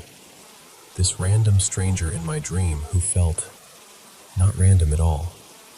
And then, anticlimactic as it might sound, I never saw her again. I was terrified to go to sleep the next night, expecting round 3, but she never came back. No more crawling woman in the living room, no more nightmare basement, no more hateful presence. Over time, I started to understand something else. That man in the leather jacket wasn't just some dream character. He was a spirit too. He's followed me now to 5 different homes, different cities, different jobs, different everything. But he's always there in the background, especially when something nasty tries to bother me at night. His name is Elias. In the waking world, he usually appears as a shadow man, tall, solid, but never fully detailed, like he's standing in a doorway where the light doesn't reach. Elias has stepped in more than once when spirits tried to attack me in my sleep. He's been doing that for about 8 years now. I do practice witchcraft, but I want to make this part clear. I haven't bound him to me, and I won't. I don't own him. He stays because he wants to, and I'm incredibly grateful for his protection, but I'm not going to force it. If he ever chooses to leave, that's his decision. I'd feel a lot less confident without him, honestly, but he's not my pet or my tool. He's my, I don't know, guardian? Friend? Something in that space. I still don't know what the crawling woman's deal was. I don't know why she zeroed in on me, why she wanted to hurt me so badly, or how exactly Elias managed to kick her out of my life so completely. I just know I haven't seen her since. No more recurring nightmares. No more women crawling out from behind couches that are flush against the wall. Just silence where she used to be. And the funny part is, For all that buildup, most of my ghost encounters end kind of abruptly like that. No big dramatic showdown, no explanation, no closure. Ghosts just come and go. Some hang around for a little while, a few stay for years, and most move on without ever telling you who they were or what they wanted. I don't go looking for them. I don't advertise myself as psychic or offer services or anything. Honestly, I think it's rude to bother the dead on purpose. They've already done the whole living thing. They deserve some peace. So I mostly don't talk to them. I don't try to get their attention. I just live my life and hope they're doing their thing on the other side. But this story? This one still makes my chest tighten when I think about it. I do not like whoever she was. I hope she finds peace someday, really. Because being that angry, that focused on hurting someone, that can't be a good existence for a spirit. I know there's no big cinematic ending here. No, and then we discovered she died on that very road, or we found her name in an old newspaper. Nothing like that. I don't have an explanation, and I probably... Hey everyone, welcome to that Paranormal M channel. Don't forget to hit subscribe and turn on the notification bell so you never miss the latest videos. I'm so happy I get to do what I love most, sitting here and telling you about paranormal experiences from all over. And what makes me even happier is knowing these stories can help you relax and sleep better. So don't hesitate to share your own paranormal experiences with me. You know how every neighborhood has that one neighbor? Yeah. So ever since I was a kid, we've had this one woman across the street. I'll call her Mrs. Drummond. She's hard to describe without sounding dramatic, but she just radiates this mean-spirited energy. The kind of person who seems to get actual joy out of other people's problems. She's always been like that, gossiping, whispering, twisting stories, saying cruel things with this sweet little smile on her face. If you saw her from a distance, you'd think, oh, just a sweet old lady with her cup of tea. But once you get closer, it's different. She's about 76 now, I think. The weird thing is, she looks younger than she did when I was a teenager. I know that sounds impossible, but I went through some old photos once, like from family barbecues and stuff where she's in the background, and compared them to how she looks now. And I swear to you, she looks fresher, brighter, less tired, almost like she's aging in reverse.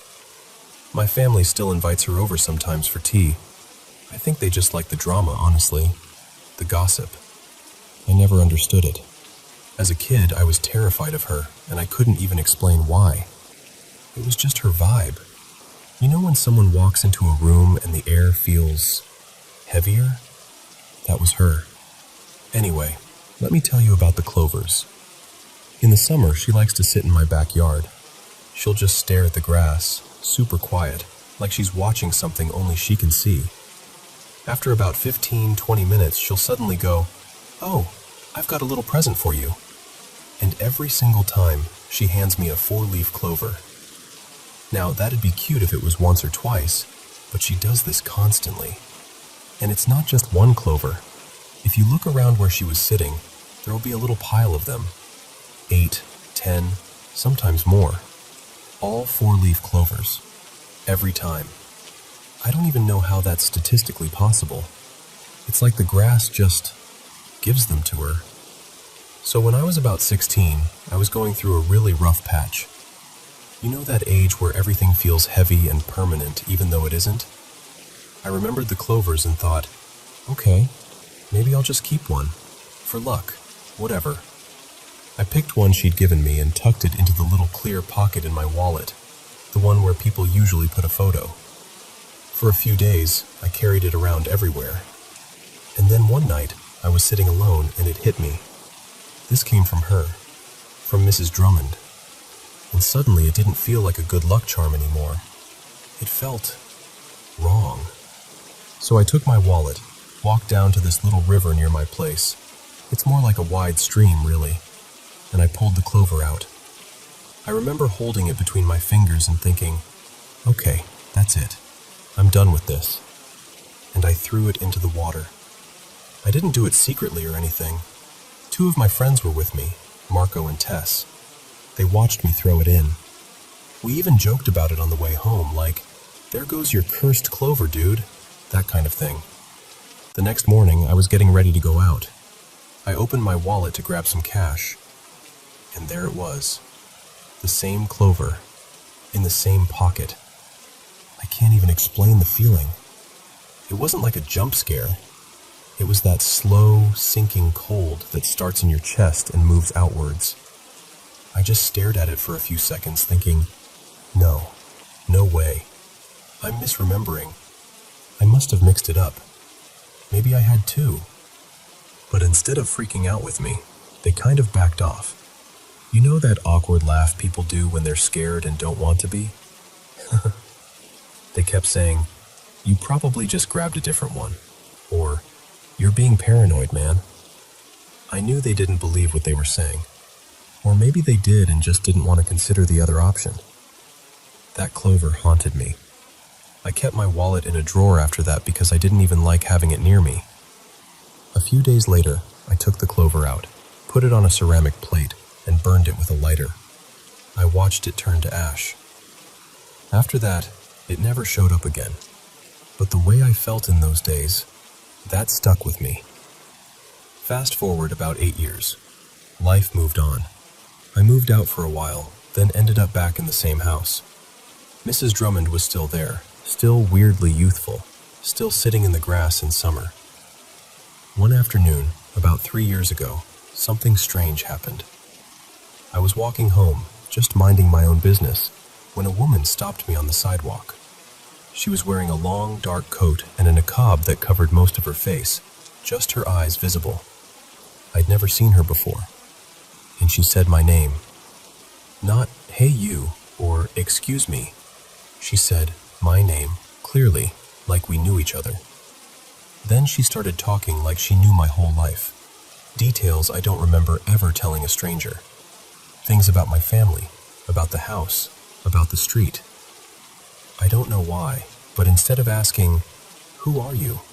I just played along. I nodded like I knew her. It was instinct, like my brain didn't want to break whatever was happening. Then she looked past me, right over my shoulder, across the road, straight at Mrs. Drummond's house. And she said, very quietly, "There is a devil living across from you. Be careful what you accept from her." That's it. That's all she said about it. No explanation, no backstory.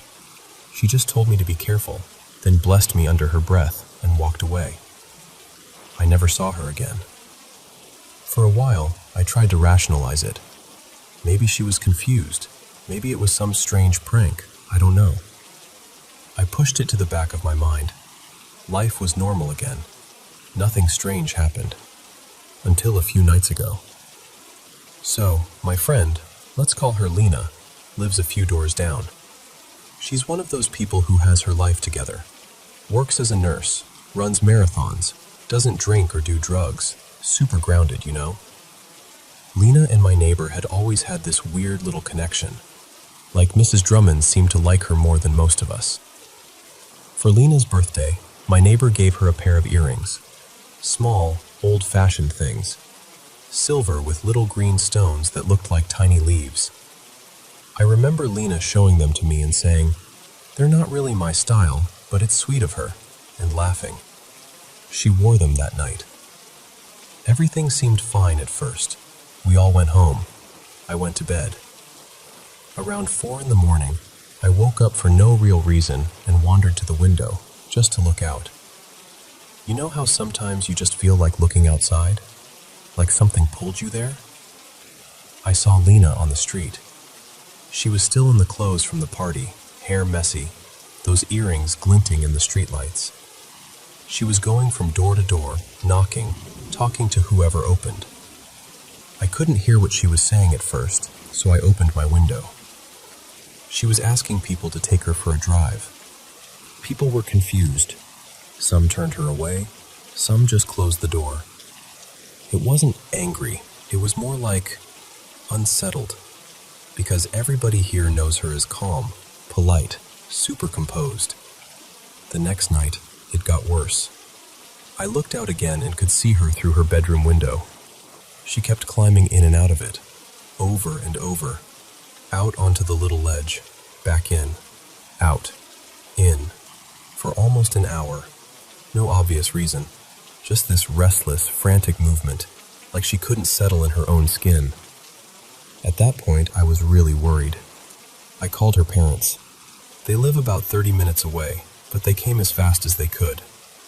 I stood at my window watching their car pull up, watching them.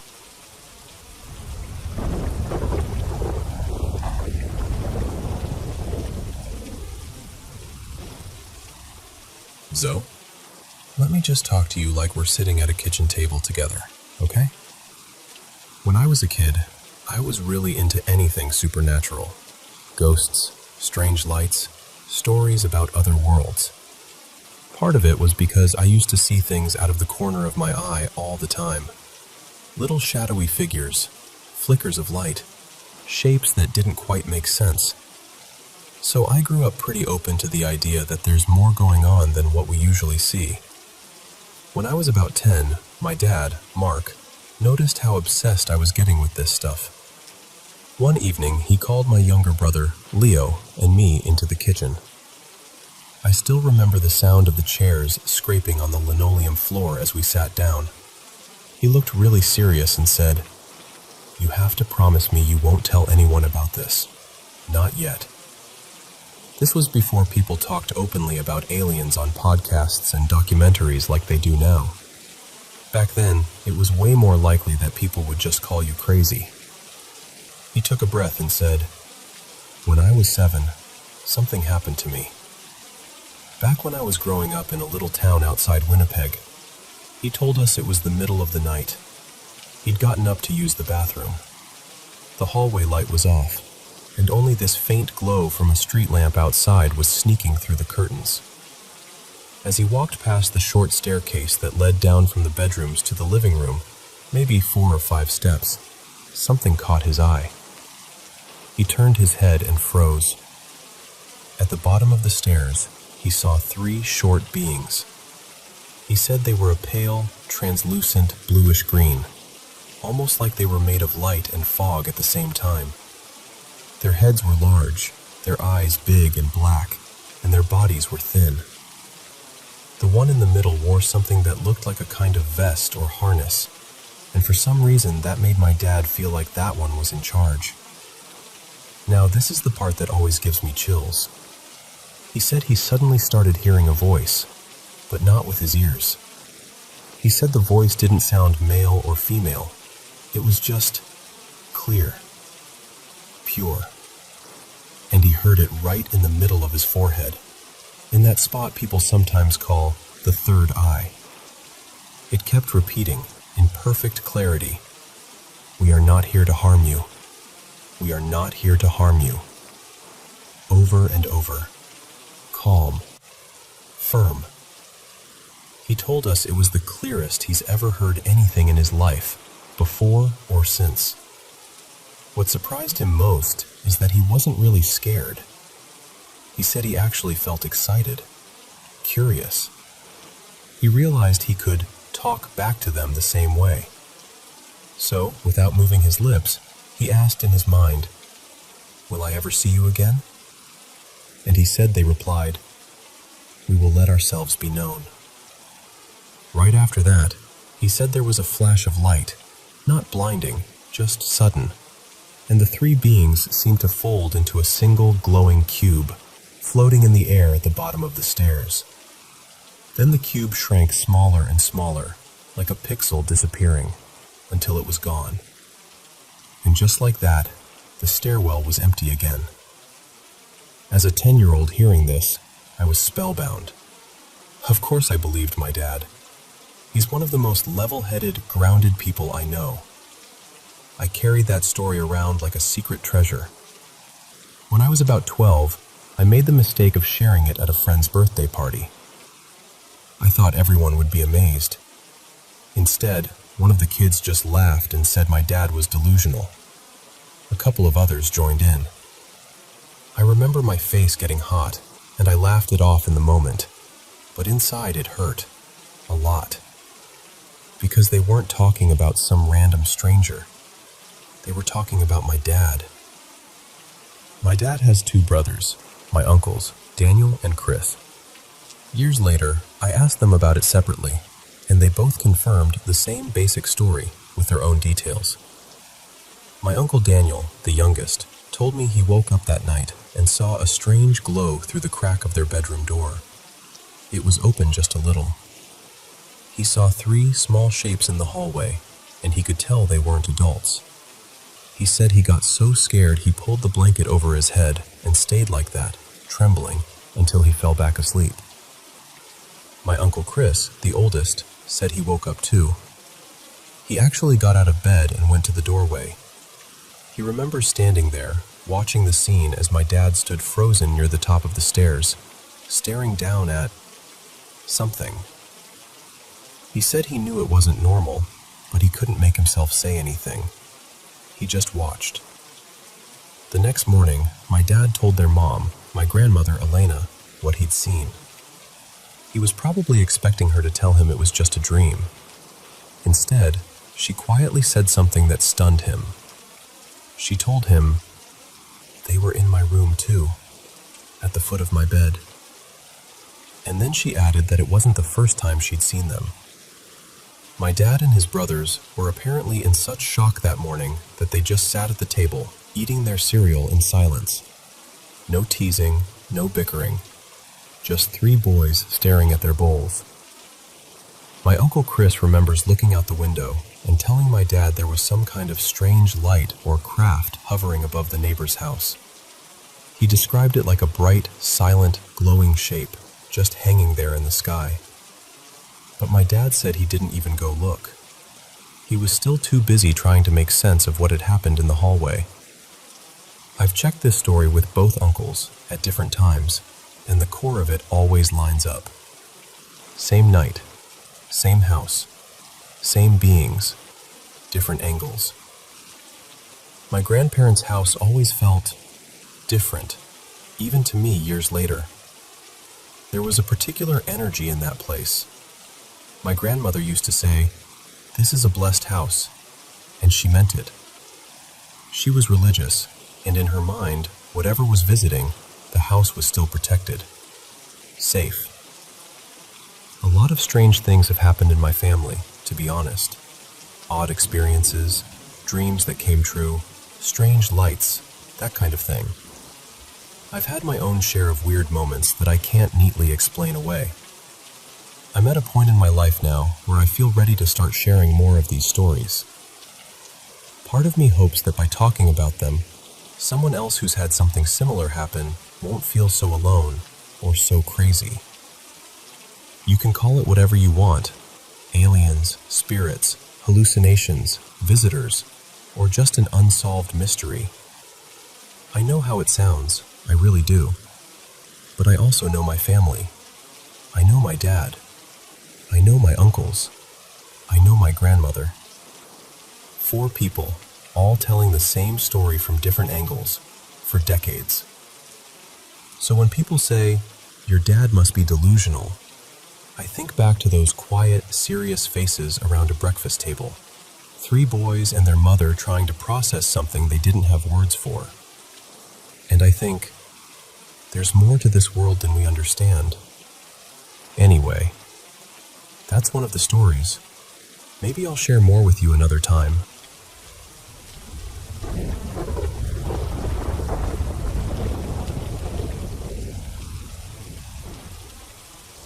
So let me just talk to you like we're sitting at my kitchen table for a minute, all right? I'm a veteran. I got out of the military a few years back, and now I live up in northern Michigan, just outside this small lake town. It's not totally out in the sticks, but it's country enough.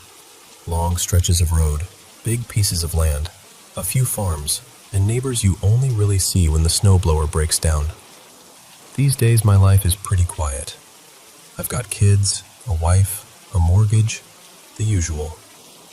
My idea of a wild Saturday night is grabbing an energy drink and a bag of chips, then staying up too late watching YouTube after everyone's asleep. That's honestly the highlight of my weekend sometimes. There's this 24-hour gas station convenience store about 5 minutes from my place, right off the highway. Because I'm always up late, I'd swing by there on weekend nights just to get out of the house a bit and feel like a person instead of just dad who does dishes. One night, I walk in there like usual, and I see this clerk behind the counter. And my brain just stutters, because he looks exactly like a guy I served with. I'll call my buddy Danny. Danny was also from Michigan. We'd gotten out of the service around the same time, and for a while we were pretty tight. We texted, called, played Xbox together sometimes. I even dated his cousin for a bit. He was that kind of friend, close enough that you don't think you'll ever completely lose touch. So I'm standing there in this fluorescent lighting, staring at this clerk, and it's like I'm looking at Danny's twin. Same jawline, same nose, same way he kind of squints when he smiles. I actually had to look away and then look back, like maybe my brain would correct itself. And then I noticed his arm. Danny had this tattoo on his left forearm. 4 thin black bands going all the way around, stacked on top of each other near the top of his forearm. He told me once, half joking, half serious, that it was some kind of old Japanese prison tattoo, like it meant something hardcore and mysterious. I never knew if that was true, but it sounded cool when we were younger. The clerk at the gas station had the exact same tattoo. Same arm, same place, same number of bands, same thickness. I remember just staring at his arm for a solid few seconds, because that was the part that broke my brain. You can look like someone, sure. People have doppelgangers. But the same tattoo, in the same spot? That's specific. Now, to be fair, something about him felt different. I could tell in my gut, this isn't Danny. The voice was off, the posture, the way he moved. But I was so thrown that I almost forgot why I was there. I just bought my stuff, kind of on autopilot. He was really friendly, too. Not just regular clerk friendly, but like, extra. He commented on my sweater of all things. Said he liked my individuality, which is not something I get told often when I'm just wearing some old hoodie. He smiled a lot, made small talk. It was just enough to make the whole thing feel a tiny bit weirder. I drove home in this weird fog and, like I always do when something even mildly interesting happens, I told my wife about it. I tell her everything, because honestly my world is pretty small, and this was, like, the big headline of my week. Her name's Mia, by the way. So I'm telling her about this guy at the station who looks exactly like Danny and has the same tattoo. And she listens really carefully. She asks me a couple of questions like, "Are you sure it wasn't just him?" And I'm like, "No, I don't think so. It didn't feel like him." We talk it through and decide that if it really were Danny, he probably would have recognized me and said something. We weren't strangers. We'd been through stuff together. You don't just forget a face like that. So then we try to rationalize it. Maybe the tattoo isn't as rare as Danny made it sound. Maybe it's not some unique prison thing. Maybe it's just a flash piece they got from a book at a shop somewhere. Maybe a lot of guys think the same bands look cool and get them without knowing the story behind them. Mia leans toward that explanation. She's like, he was probably just talking big to impress people. I kind of let it go. At least, I told myself I did. But I kept seeing the clerk. I'd go in on another Saturday night, and there he was, working the late shift. Then the next weekend. At some point, I realized I'd seen him enough times that it would now be awkward to ask, "Hey, do you know a guy named Danny?" Like, I'd missed my window for it to be casual.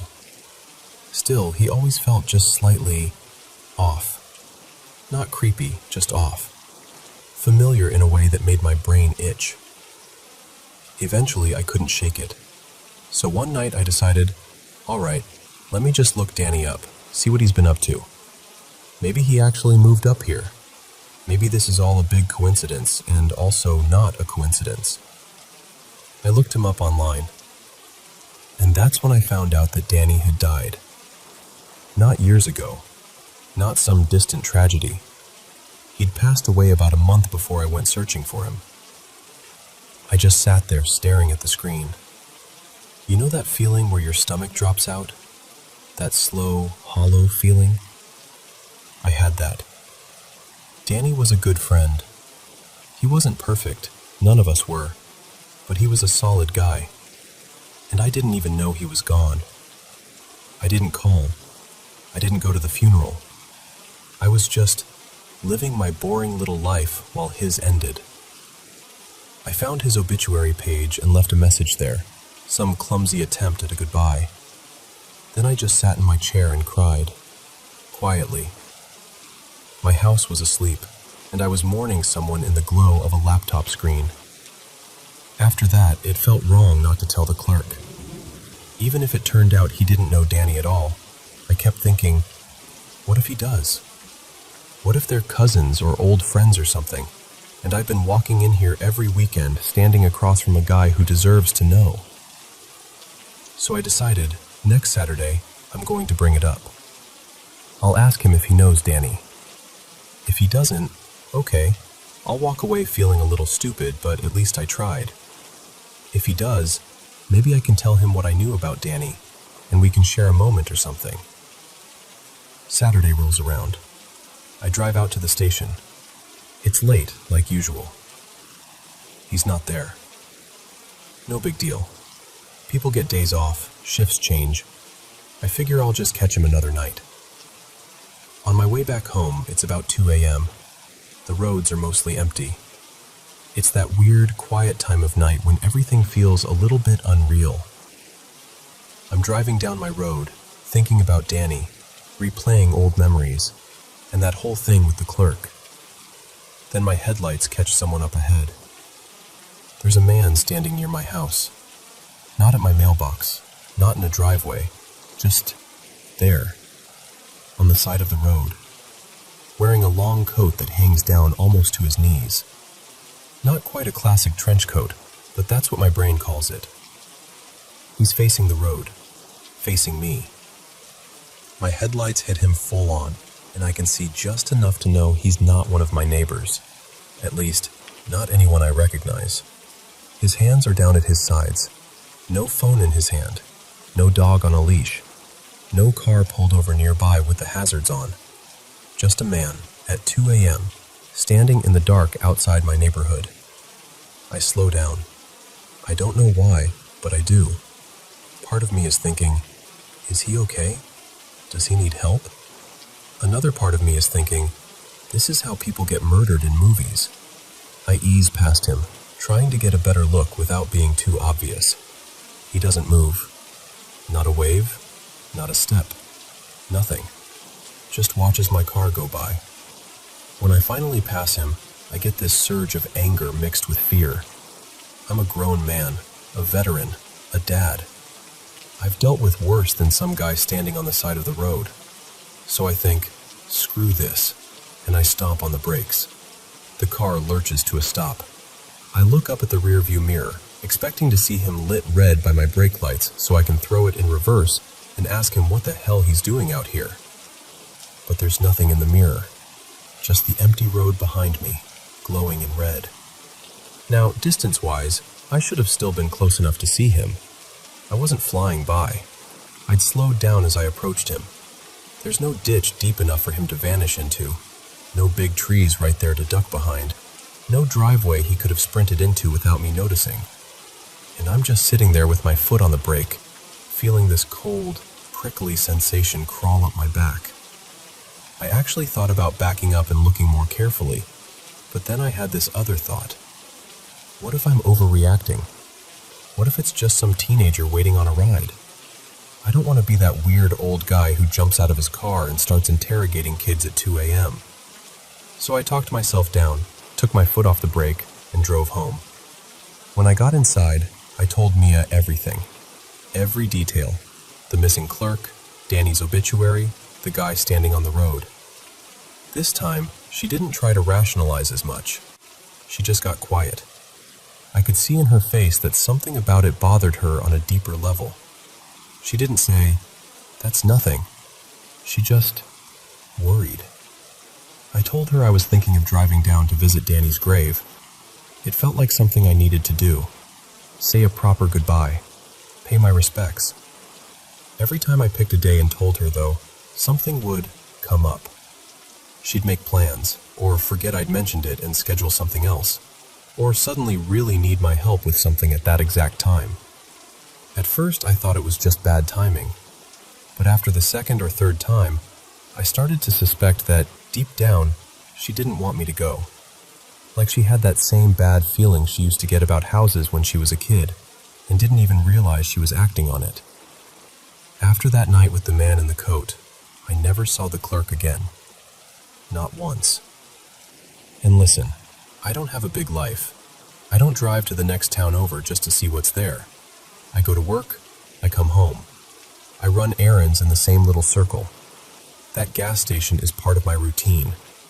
If he'd kept working there, I would have seen him again. Guaranteed. But he was just gone. New faces behind the counter. Different people on the late shift. Same store, same smell, same ding of the door. Just no sign of him. No explanation. No, "Hey, did you hear what happened to that one guy?" Nothing. So that's it. That's the whole thing. I don't have a neat ending for you. No big revelation. No jump scare. All I can tell you is, it happened. I talk about it with Mia every now and then, and it still gives me that same hollow feeling in my chest. Same little shiver down the back of my neck. My life is pretty boring, honestly. But this is the one story I can look you in the eye and swear is absolutely real.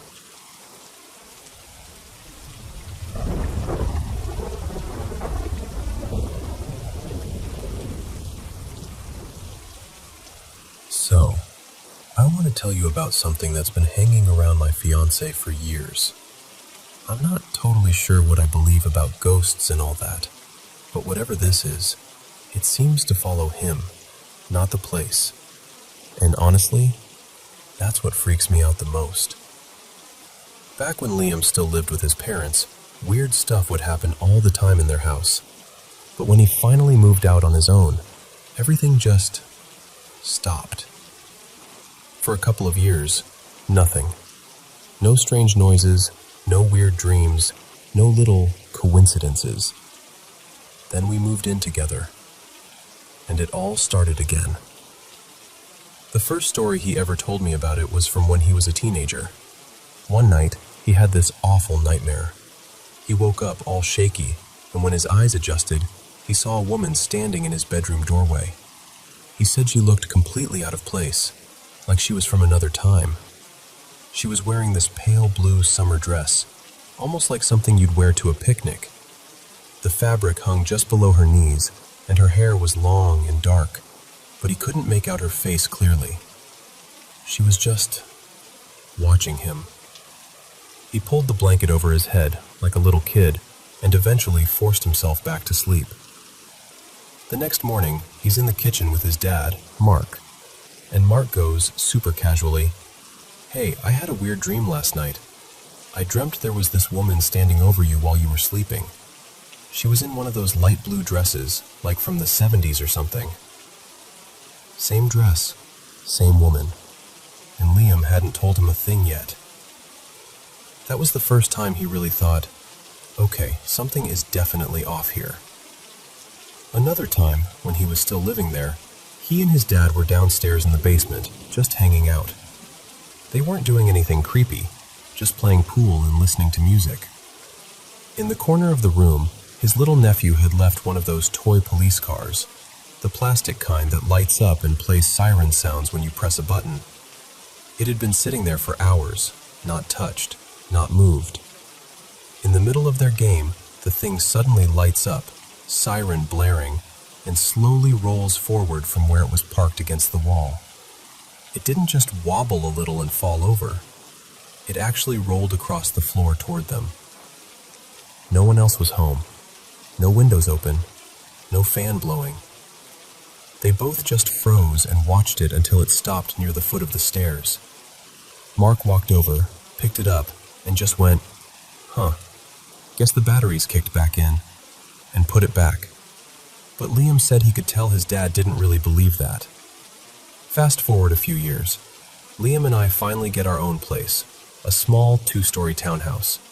We're excited, we're broke, and we're trying to make it feel like home. For a little while, everything is normal. Then we get our first dog, a goofy little mutt named Benny. About a week after we bring Benny home, Liam has to leave on a short work trip, so it's just me and the dog at the house. One night, I'm sitting on the couch scrolling on my phone, trying to unwind. It's pretty quiet. Then Benny lifts his head, ears perked, and just stares toward the hallway that leads to the stairs.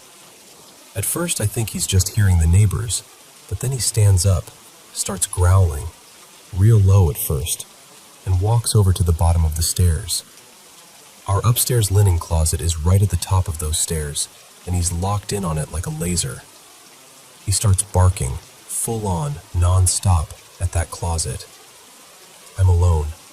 It's past midnight, and he will not stop. Eventually, I'm so freaked out, I grab a heavy blanket, roll it up, and shove it tight along the bottom of the closet door so it feels sealed, I guess. Only then does he finally calm down enough to come back to the bedroom with me. But the whole night he sleeps with his back pressed against my leg, facing the door. And that was just the start. Around that same time, I started working third shift at a small nursing home, 10 p.m. to 6 a.m. shifts. That meant Liam was alone at night a lot, and he's the one who started noticing the really dramatic stuff.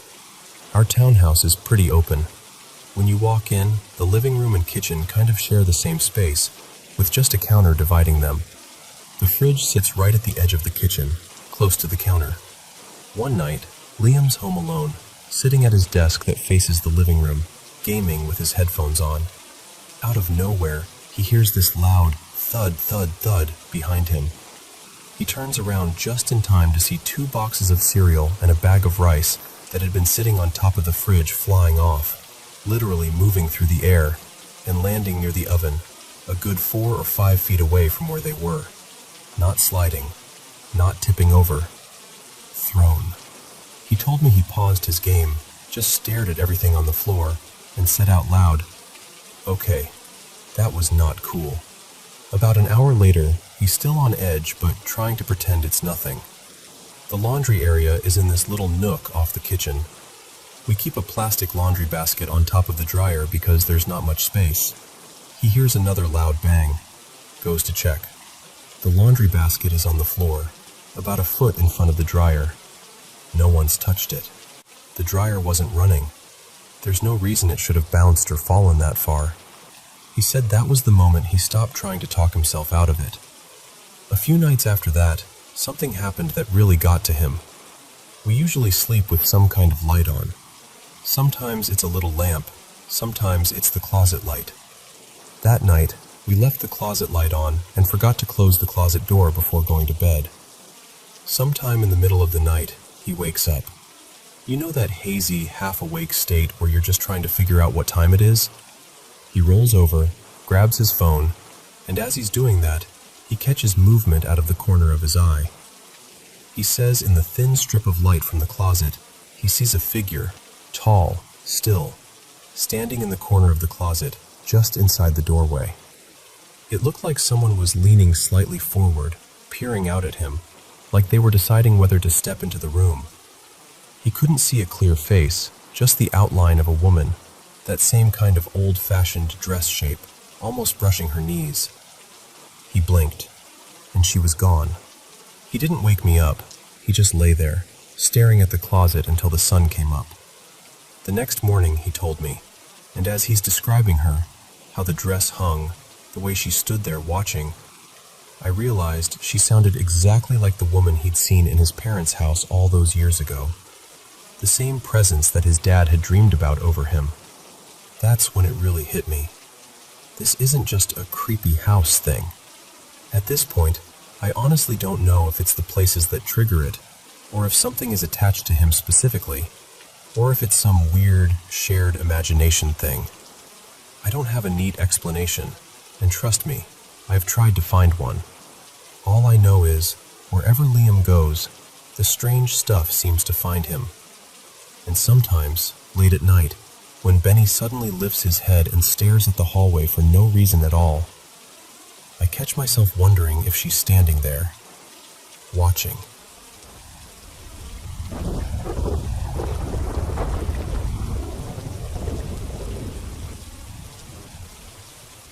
So, I guess I should start by saying that my partner, Noah, seems to have this little storm cloud of weirdness that follows him everywhere.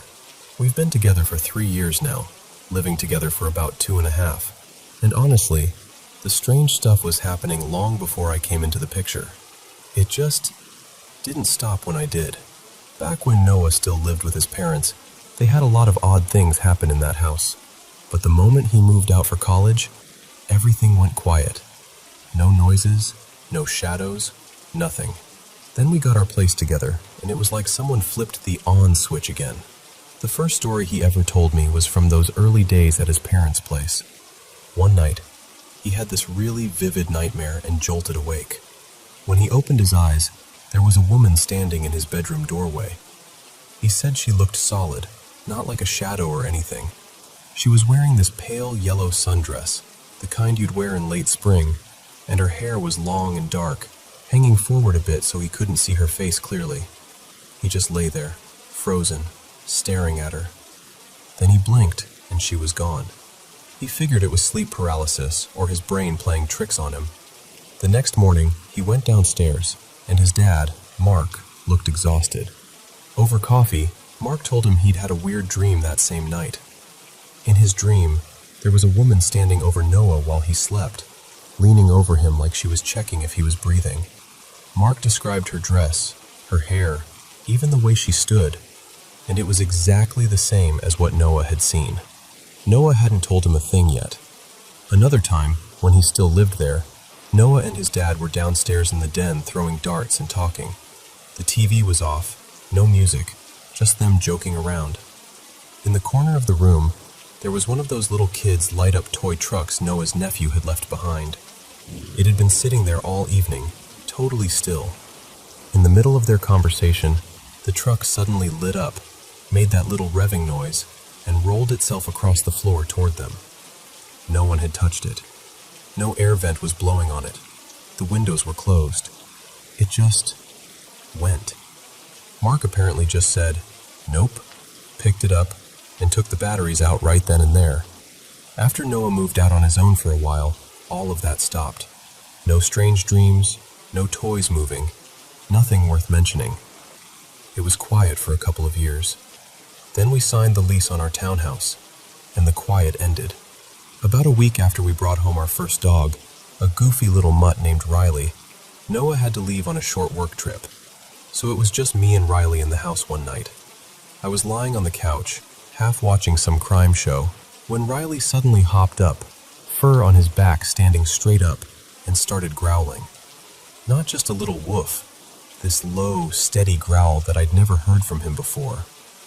He was staring up the stairs.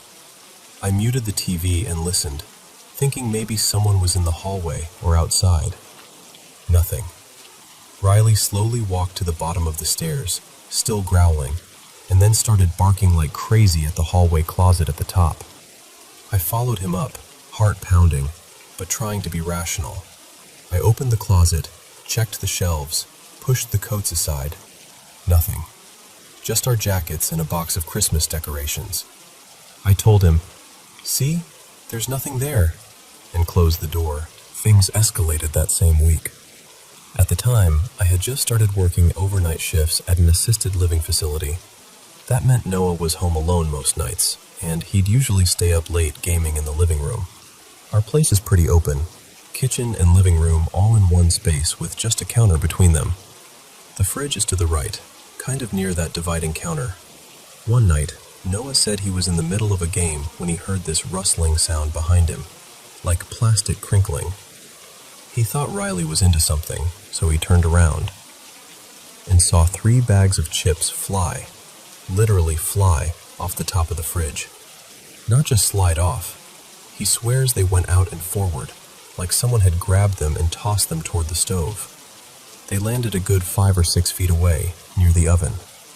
He checked Riley first, thinking maybe the dog had bumped the fridge, but Riley was asleep on the other side of the room. No one else was home. No one was near the kitchen.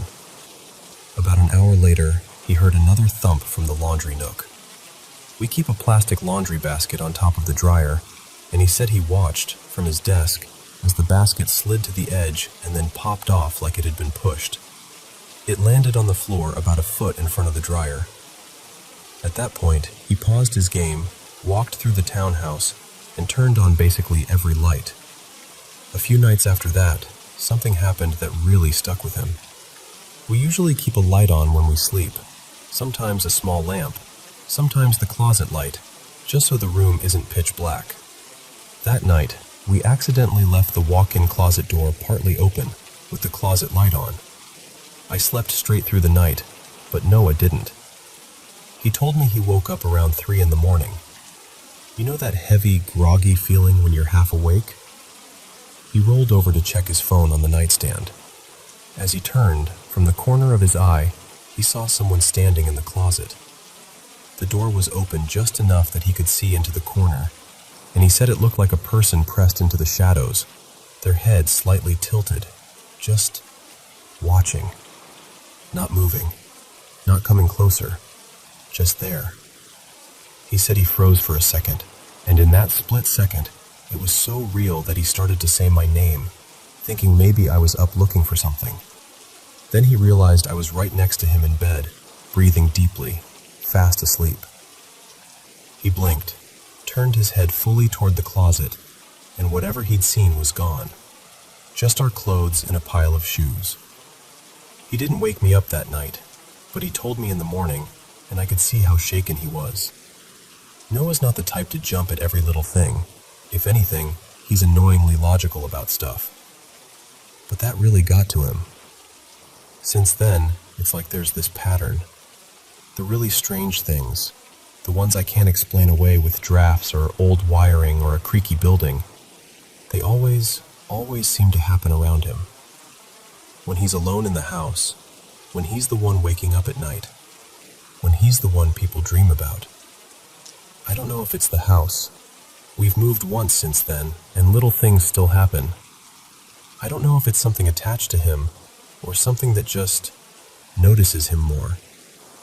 All I know is that, wherever Noah goes, the weirdness eventually finds its way back. And somehow, I've just kind of accepted that it's part of loving him. The dog growling at empty corners, the random objects that refuse to stay put, the way he sometimes wakes up and stares into the dark, like he's trying to convince himself he didn't see what he just saw.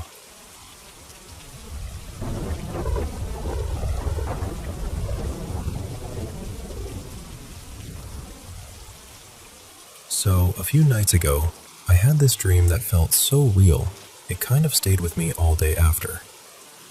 I want to tell you about it because it felt less like a random dream and more like a visit. In the dream, I'm at this strange place that's half school camp, half mountain lodge. Think a big wooden chalet, but with neon signs and an old sound system. Like someone tried to turn a cozy winter cabin into a club and then just stopped updating it 15 years ago. There's a bar, wooden beams, old posters on the walls, and that soft golden light you get in late afternoon. Outside the windows, I can see trees and a bit of sky, like we're somewhere slightly remote. Inside, though, it's full of people from my high school years, classmates, faces I haven't seen in ages, and my old friend group. They all look about 17, 18, but I'm my current age. Everyone is laughing, dancing, talking over the music. You know that feeling when a room just hums with social energy? It's like that. Except, not for me. No matter where I walked, people drifted away. Someone would make eye contact for a second, and then suddenly turn and join another conversation. Groups would tighten up the moment I came near, like there wasn't space for me to step in. I wasn't invisible exactly. They saw me. But it was like I didn't belong in their world anymore. I remember trying to figure out why I was even there. You know that feeling of being both inside something and outside it at the same time? I kept walking around the lodge, looking for an exit. But every door just led to another hallway, another room, another part of the same place. I couldn't leave. At some point, I spotted one of my closest friends from back then. Let's call him Marco. In real life, Marco was such a kind, goofy person. And in the dream, he looked like his teenage self again. Hoodie, messy hair, the whole thing. I felt this wave of relief, like, finally, someone I know, someone safe. He headed toward the bar, so I followed him. I caught up and said something like, "Hey, aren't you going to wait for me so we can sit together?" The kind of thing you say when you're half joking, half hoping. He didn't seem angry or cold. He just smiled and shrugged, like it was no big deal, and said, "You know, they're waiting for me to drink and dance," and then drifted away into the crowd. The weird thing is, as soon as he left, the bar area felt almost abandoned. The music sounded faint, like it was coming from another room. The bar counter looked dusty, like it hadn't really been used in years. Bottles were still there, but the labels were faded. I remember seeing dust suspended in the light from the windows, moving slowly, like time itself had slowed down. The whole place felt nostalgic, but not in a sweet way. More like walking through an old memory you're not sure you're supposed to be in anymore. Eventually, the crowd thinned out. The music quieted. People kind of faded away until the lodge was almost empty. That's when I noticed him. There was a man standing near the end of the bar, someone who clearly worked there. A waiter or bartender, maybe both. I realized he'd been around the whole time, but I hadn't really seen him until that moment. He was dressed very simply. Dark jeans, a plain shirt, and he was holding a well-worn leather jacket over his arm, like he was about to clock out and leave. He didn't look old, but not young either. One of those people whose age is hard to pin down. His presence felt grounded. "Calm," she said through these shaky, happy tears. "It happened. It finally happened." And he smiled at her, this warm, reassuring smile, and replied, "See? I told you it would come right when it was meant to." His tone was light, almost playful, but there was something very certain in it, like he really knew what he was talking about. Clara let out this sort of breathy laugh, like a weight dropped off her shoulders, and said, "Yeah, it's over now." I had no idea what they were talking about. It felt like I'd stumbled into the end of someone else's story, one that had nothing to do with me. But at the same time, something about their conversation tugged at me. I felt this weird mix of sadness and hope in my chest. When Clara walked away, I went up to him. I didn't even know what I wanted to ask. The words just came out of my mouth before I decided to say them. I said, "What about me? For me, is it over too?" And I remember, even in the dream, thinking, what am I talking about? What it? But emotionally, it made perfect sense. It was like my soul knew what I meant, even if my mind didn't. He looked at me with this almost mischievous, knowing expression, like he'd been expecting that question. His eyes were kind, but sharp in that way that makes you feel very seen. Then he smiled and said, in this calm, slightly teasing tone, "For you, it's just beginning." Behind him, Clara, who had stopped a few steps away, turned back and chimed in.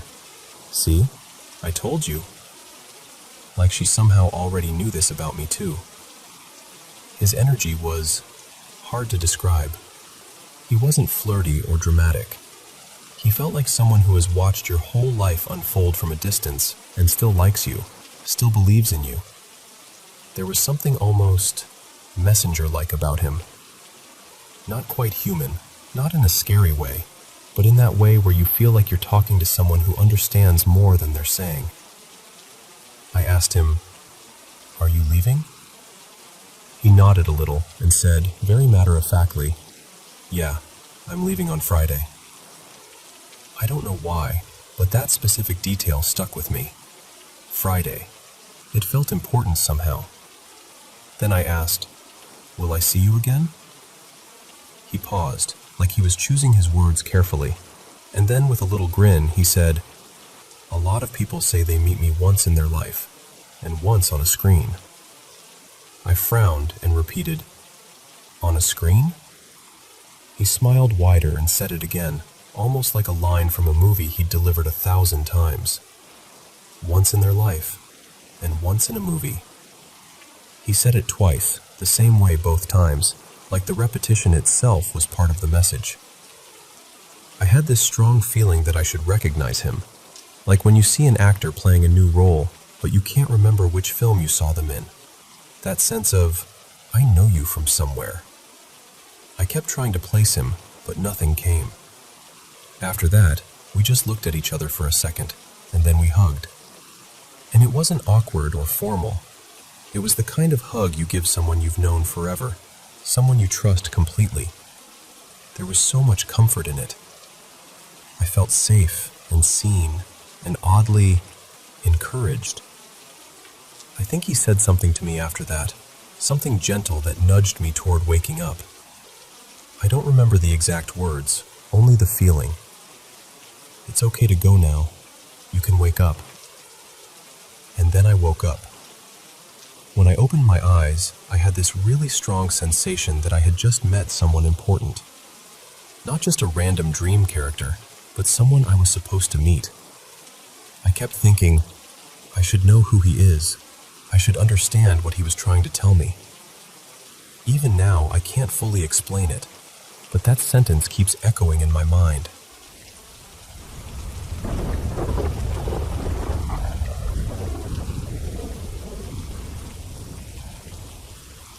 So, this all started in my dorm. I live in this really old residence hall on campus, like it's been around almost a century. My room's actually pretty big for a dorm, and when you first walk in, there's this little entry area with a table, where I usually dump my keys and mail. One night, I was standing there by the table talking to my boyfriend. Well, my boyfriend at the time, I'll call him Eli. And after we finished talking, he walked toward my bed on the other side of the room. I turned back to the table to organize some stuff, and a few seconds later, I felt this pressure on my backside, like someone put their hand there. He does that sometimes when he's being playful, and I could feel that sort of someone's right behind me presence. So I just assumed it was him, and I even smiled a little, like, okay, very funny. But when I turned around, Eli was way across the room, sitting on the edge of my bed, looking down at his phone.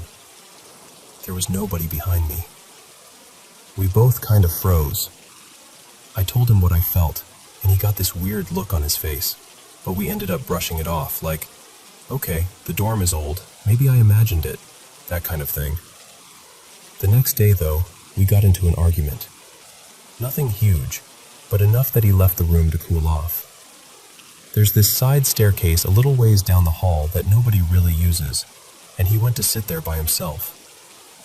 Later, when we were talking about it, he told me that while he was on the stairs, he heard footsteps coming down toward him. Slow, like someone was taking careful steps. He thought it was me coming to talk to him, so he didn't even look up at first. Then he said he felt a presence beside him. He saw a shadow on the wall that looked like my silhouette, my height, my hair, just kind of there with him. And then he felt a hand on his back, the way I do when I'm trying to comfort him. He said it felt exactly like me. He was still upset and waiting for me to say something, but I didn't. So he turned around to look at me, and there was no one there. The stairs were completely empty. When he looked back at the wall, even the shadow was gone. After that, he went outside to this small courtyard near the building to calm down. It was really late and pretty quiet, just a light breeze. While he was out there, he noticed one tree in the corner moving way more violently than the others, like something big was pushing through the branches. He said it didn't match how the wind felt at all. Everything else was barely moving, but that one spot was shaking. From there, things kind of followed him. He doesn't live with me, so most of what's been happening since then has been at his house. One night, he was taking a shower. Everyone else was asleep, and the bathroom door has one of those older locks, but the key for it had been missing for a while. He said he suddenly noticed the lock turning very slightly, like someone was trying to twist it from the outside. Just enough to move, not enough to click. When he stared at it, he saw something dark, like a little shadow, scurry under the gap at the bottom of the door. It was quick, like it darted away. The next day, something similar happened to his cousin when they were using the same bathroom. They didn't even know about his shower story at that point. I was in there, just minding my business, when I heard a knock on the door. It was Eli. He sounded a little shaken and asked, "Hey, can I come in?" I said yeah, and he opened the door and looked really confused. He asked me, "Did you just call me?" I told him no, I hadn't said anything. I hadn't even spoken since I left the kitchen. He swore he heard me calling his name from down the hall, loud and clear, in this specific teasing voice I use sometimes. He said it was exactly how I sound, and it used the nickname that only I call him. That's what freaked him out the most. It wasn't just my normal voice. It was a tone I only use with him. He asked me if I could try to copy it, to see if maybe he'd just imagined it. I tried a few times, but he kept shaking his head and saying, "No, that's not it. It was sharper, closer, more like you were right next to me." And that's just one example. These kinds of things have been happening to him almost daily now. He'll be in his room, or the kitchen, or the bathroom, and he'll feel like something is there with him. He says the feeling gets especially strong when he's sad or stressed. There was one time he told me that he was lying in bed feeling really low, and he suddenly felt this gentle pressure on his shoulder, like someone was trying to comfort him. He said, "It felt like you. I almost said your name out loud, but you weren't there." He'll text me sometimes saying, "It's here again," or "It feels like you're in the room, but I know you're not." There's also this smell in his bedroom that we can't figure out. It's only in his room, nowhere else in the house. It's this weird, rotting kind of smell, like something wet that's been left too long, or old food hidden somewhere. But we've cleaned everything, moved furniture, checked the closet, the vents, under the bed, everything. It just lingers. It comes and goes, but when it's there, it's really strong. So that's what's been going on. To sum it up, it started in my old dorm with something touching me when no one was there. Then something that looked and felt like me went to comfort him on the stairway. He keeps seeing and hearing things at his house, locks moving, shadows under doors, something calling his name in my voice. He feels a presence most when he's sad, and sometimes it tries to comfort him in ways that feel like me. His room has this strange, rotting smell we can't trace. I don't know if it's something attached to him, or to both of us, or if it somehow followed us from the dorm, but it feels personal, like it's trying to copy me or use me to get close to him. I'm honestly worried about him. I care about him a lot, and it's getting harder and harder to just brush this off as nothing. So, that's our story. I don't really know what we're dealing with, or why it seems so focused on him, and on me in a way. But if you're listening to this, and you know anything about this kind of thing, or you've experienced something similar, we'd really love any insight or guidance you can give us.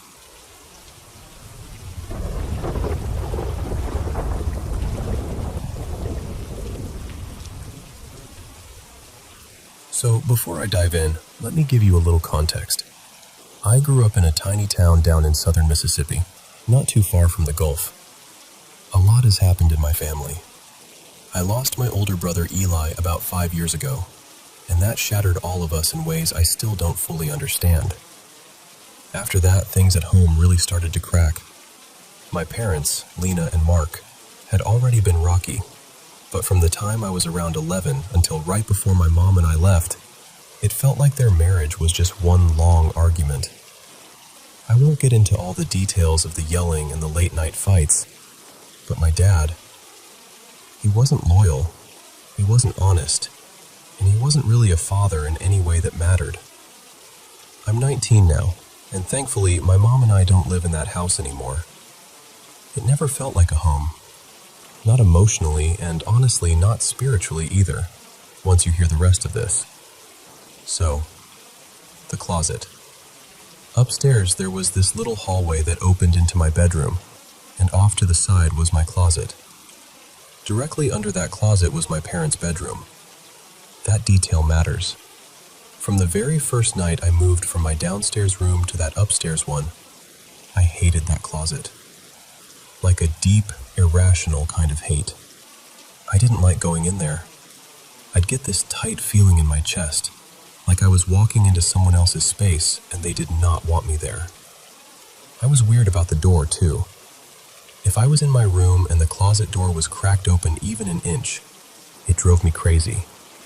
I'd get up, walk over, swing it all the way open like I was catching something in the act, stare into the dark for a second, and then slam it shut. Every time.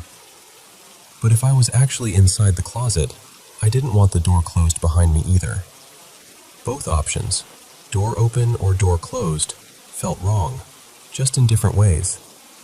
Because of that, I kind of stopped using it like a normal person.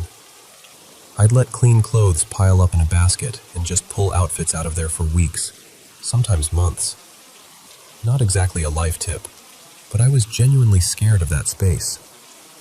And then there was the smell. My mom and I tried so many times to describe it, and the best we ever came up with was, imagine an unwashed, sweaty guy's armpit mixed with an old sneaker that's been tumbled dry too long. Damp, sour, hot, and stale all at once. It would come and go, but when it was bad, it was bad. When I was younger, our neighbor's grandson, Jonah, told me this story that our house was on top of an old Native American burial ground. He said Choctaw specifically. Kid stuff, right? I brushed it off, but it stuck in the back of my mind. Sometimes we'd go wandering out in the woods behind the house, and way back, deeper in the wet, marshy part, there were these almost perfectly round little hills. Not like the gentle slope our house sat on. These were distinct, like someone had mounded the earth on purpose. I remember looking at them and thinking about Jonah's story and getting this little shiver, even while telling myself it was nothing. Anyway, my first really strange experience happened when I was around 9 or 10. I remember waking up in the middle of the night, lying flat on my back, which I never do, and staring straight toward the foot of my bed. And I knew something was wrong before I even focused my eyes.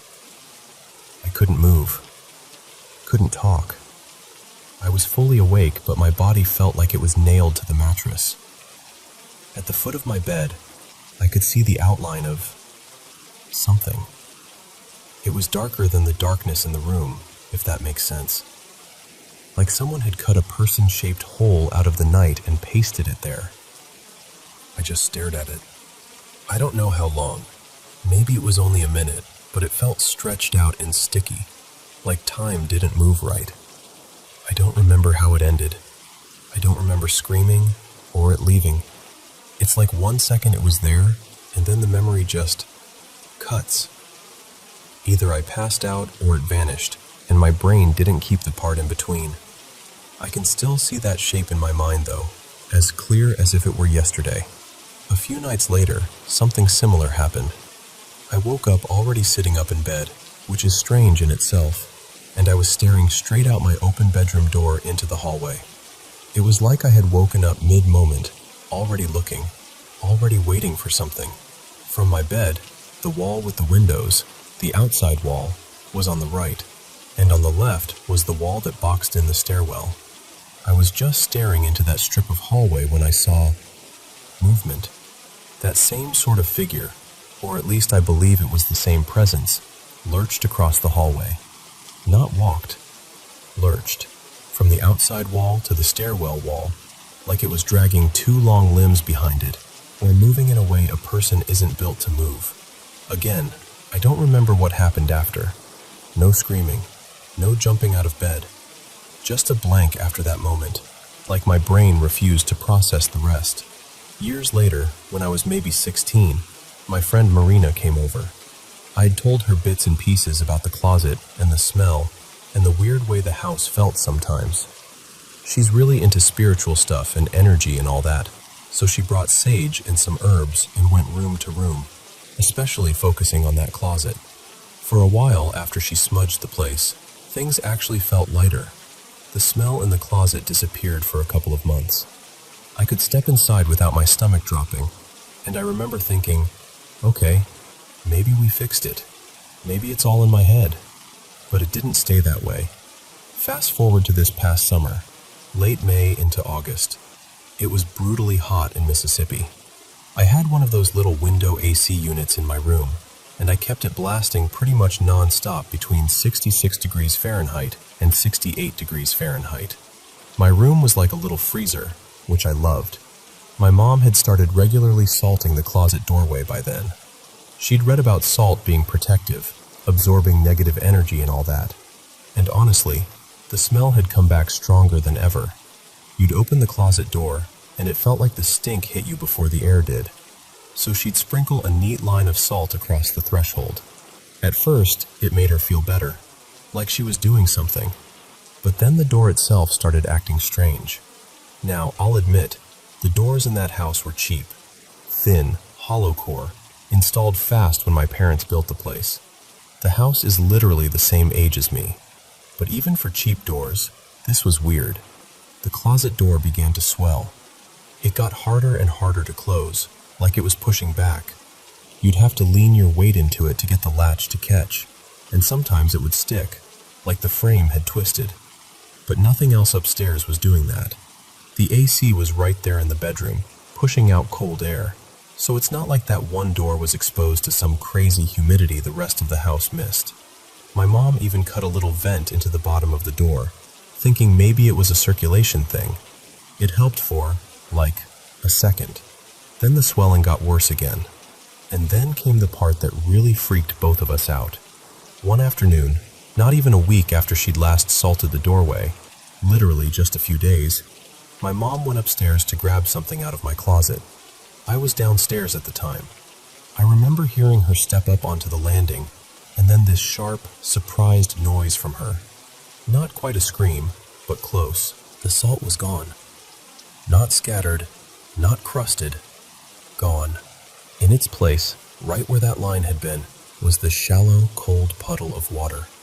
Or not just water, it had this faint, weird slickness to it, like it had soaked up something else.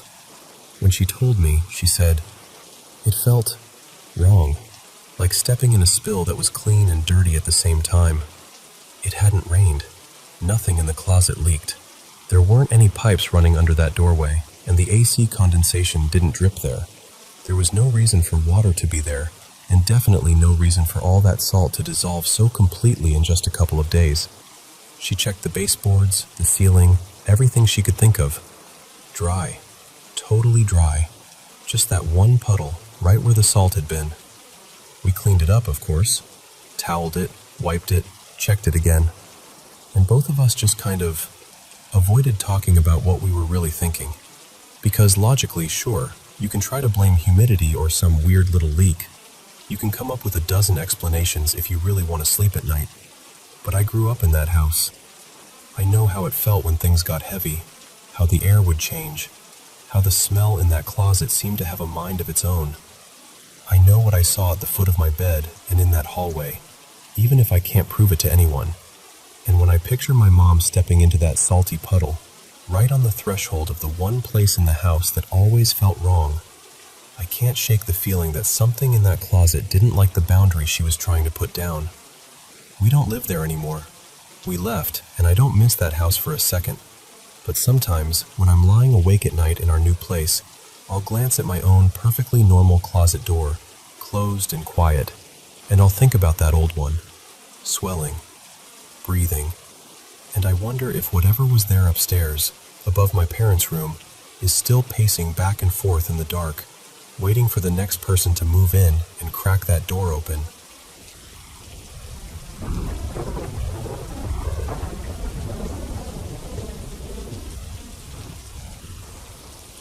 So, let me tell you about this house I used to live in. Back in 2018, my family and I moved into this little place in the downtown area of a small city in southern Saskatchewan, like 20 minutes from the US border. The house itself wasn't anything special. Kind of old, kind of cramped, but the location was weird. To the right of us was a duplex and a small parking lot. To the left, another parking lot and this tiny stone house. That stone house was famous in town. It was the first house ever built there. People always talked about it like it was a landmark. It's still standing, all worn down and stubborn. For some reason, in my head, everything spooky that happened in our place sort of pointed back to that stone house. It was literally about 30 steps away, separated from us by a parking lot and this white picket fence. I don't know why, but it just felt like whatever was going on started over there and bled into our place. Anyway, let me walk you through what happened. The bells on the door. The first thing I remember was late 2018, before COVID was even a whisper. It was nighttime. I was at home with my mom and my dad. Mom was on the couch watching some drama show, and Dad was in the kitchen doing dishes and humming to himself. We had these little bells hanging on the front doorknob. We'd bought them to train our dog Milo so he could ring them when he needed to go outside. That training lasted like one day. After that, the bells just became our unofficial, someone just came in alert. So I'm sitting there in the living room, scrolling on my phone when I hear the bells. Clear as day. Jingle, jingle. I immediately think, oh, that's my older sister Maya, because she was the only one who wasn't home yet. I got excited, because we always debriefed our day in our room. So I got up, walked straight to our bedroom, and it was empty. I remember just standing there like, okay, weird. I knew I'd heard the bells. So I went to the entrance, thinking maybe she was still taking her shoes off or something. But no. The front door was closed. Locked. What was open was the basement door. It was slightly ajar, just slowly moving like someone had pushed it and let it go. There was no draft, no window open, nothing like that. Just this door, gently shifting back and forth like it had just been touched.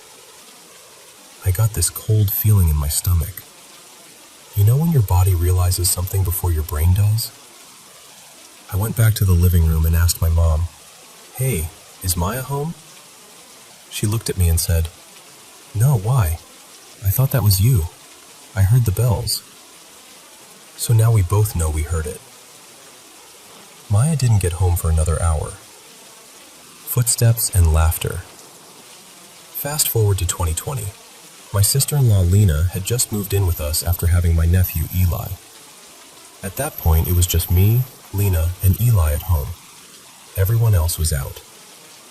I was in my room, lying on my bed, half on my phone, half spacing out, when I heard footsteps in the hallway. My older sister Maya has this very specific way of walking.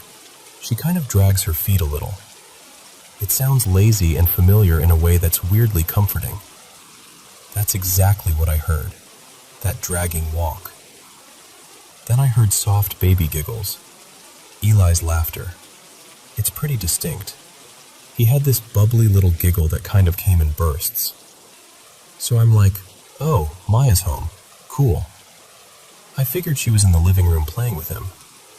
I waited for her to come into my room and bug me, because she usually did, but she never came. After maybe half an hour, I got up to see what they were doing. I stepped out into the hallway, and it was quiet.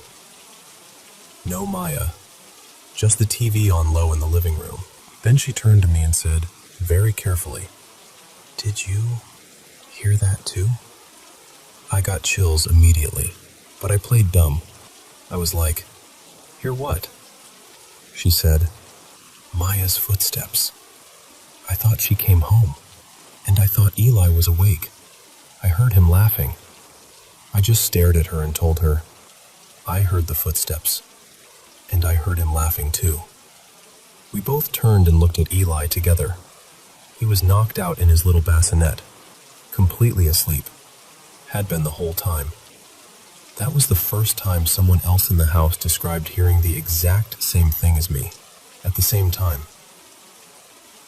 The white figure. Okay, now jump to my freshman year of high school, 2021. Masks were still being recommended, but not everyone was wearing them anymore. I wore mine religiously, not even for health reasons at that point. I was just anxious and insecure and felt safer behind it. I barely took it off, even to eat, which I know sounds dramatic, but that's where I was mentally. Anyway, one day I came home absolutely starving and exhausted. Nobody else was home yet. I sat down at our dining table with some food, just zoning out. Now, the house was small. I want to emphasize that. Like, if someone was in there with you, you'd know. There weren't really places to hide. I was sitting there, looking down at my phone, when out of the corner of my eye, on my right side, I saw something. A white figure. It wasn't detailed. It was more like a streak or a shape. It moved fast, from the far corner of the room to another corner that I couldn't see fully without turning my whole head. I didn't give myself any time to overthink. I just stood up immediately and walked, almost ran, to the corner where I thought it went. Nobody. Nothing. No open windows. No curtains moving. I checked every obvious hiding spot, even though I knew deep down it wasn't a person. In a house that small, if someone was messing with me, they would have been caught in, like, 2 seconds. I remember just standing there, in the silence, my heart racing, trying to convince myself I was just tired. That's what I kept telling myself. You're hungry. You're exhausted. You're anxious. You're seeing things. But it didn't feel like seeing things. It felt like I'd walked in on something that didn't expect to be seen. The basement and the hand. Early 2022 was when my whole family got COVID. Somehow, I was the only one who didn't test positive. So instead of isolating them, they isolated me. Lucky me, I got sent to the basement. The basement was unfinished. One of the long walls was made of the same stone as that old stone house next door. You could literally see the rough, uneven blocks. It always felt colder along that wall. There was a stuffy little room down there with a walk-in closet. The closet didn't have a door, just an open doorway, and it was crammed full of the homeowner's old stuff. Boxes of clothes, random furniture, all that. I slept on a mattress on the floor in that room. When I lay down, my head faced the open closet. There was no avoiding it. It was right in my line of sight. I turned off the main light in the room, but left the closet light on, so I wouldn't feel completely in the dark. Under that light, there was a simple wooden chair sitting in the middle of the closet, like it was waiting for someone. I remember lying there on my back, just staring at one of the legs of the chair. It was like my body was too tired to move, but my brain wouldn't shut up. I started to feel this weird heaviness, like I was pinned to the mattress.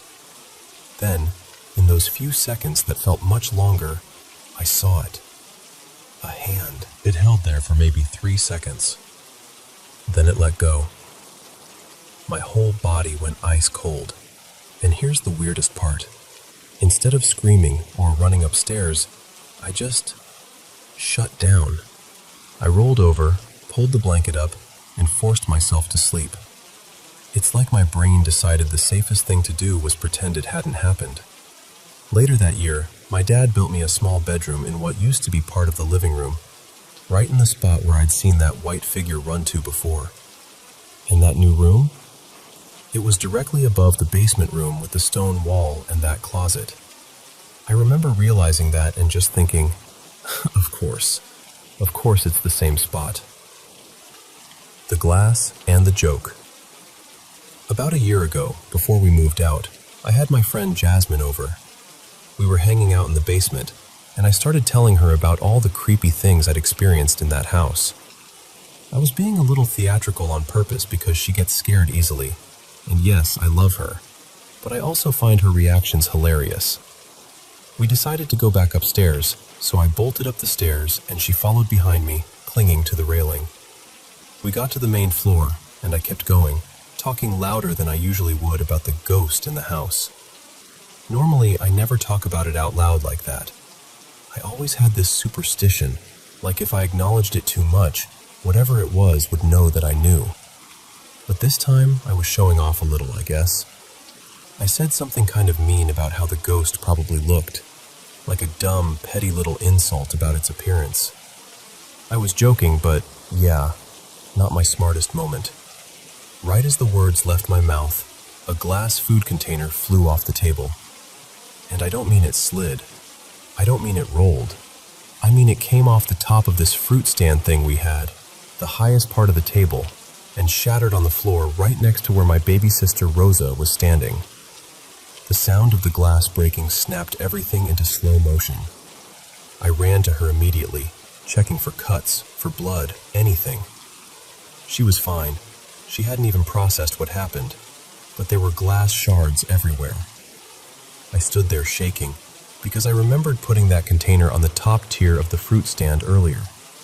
There was no way Rosa could have reached it. She was tiny. Even now she's small, but back then, no chance. Jasmine was pale and wide-eyed, and I didn't even try to joke anymore. I just cleaned up the glass and quietly decided I would never talk about that ghost like that again. Leaving the house. Not long after that, around April 2024, we finally moved into our own house. Ever since we left that place, nothing has happened. No footsteps, no bells, no white figures, no hands on chair legs. It's been quiet. And I didn't realize how loud that other house felt until we were gone. Whenever I talk about it with my aunt and uncle, Tia Carmen and Uncle Luis, they both insist it was just the basement. They say there wasn't enough light, most of the windows were blocked, and my brain was filling in the gaps. And honestly, I get that. I've watched horror movies since I was like 10 years old. I don't scare easily.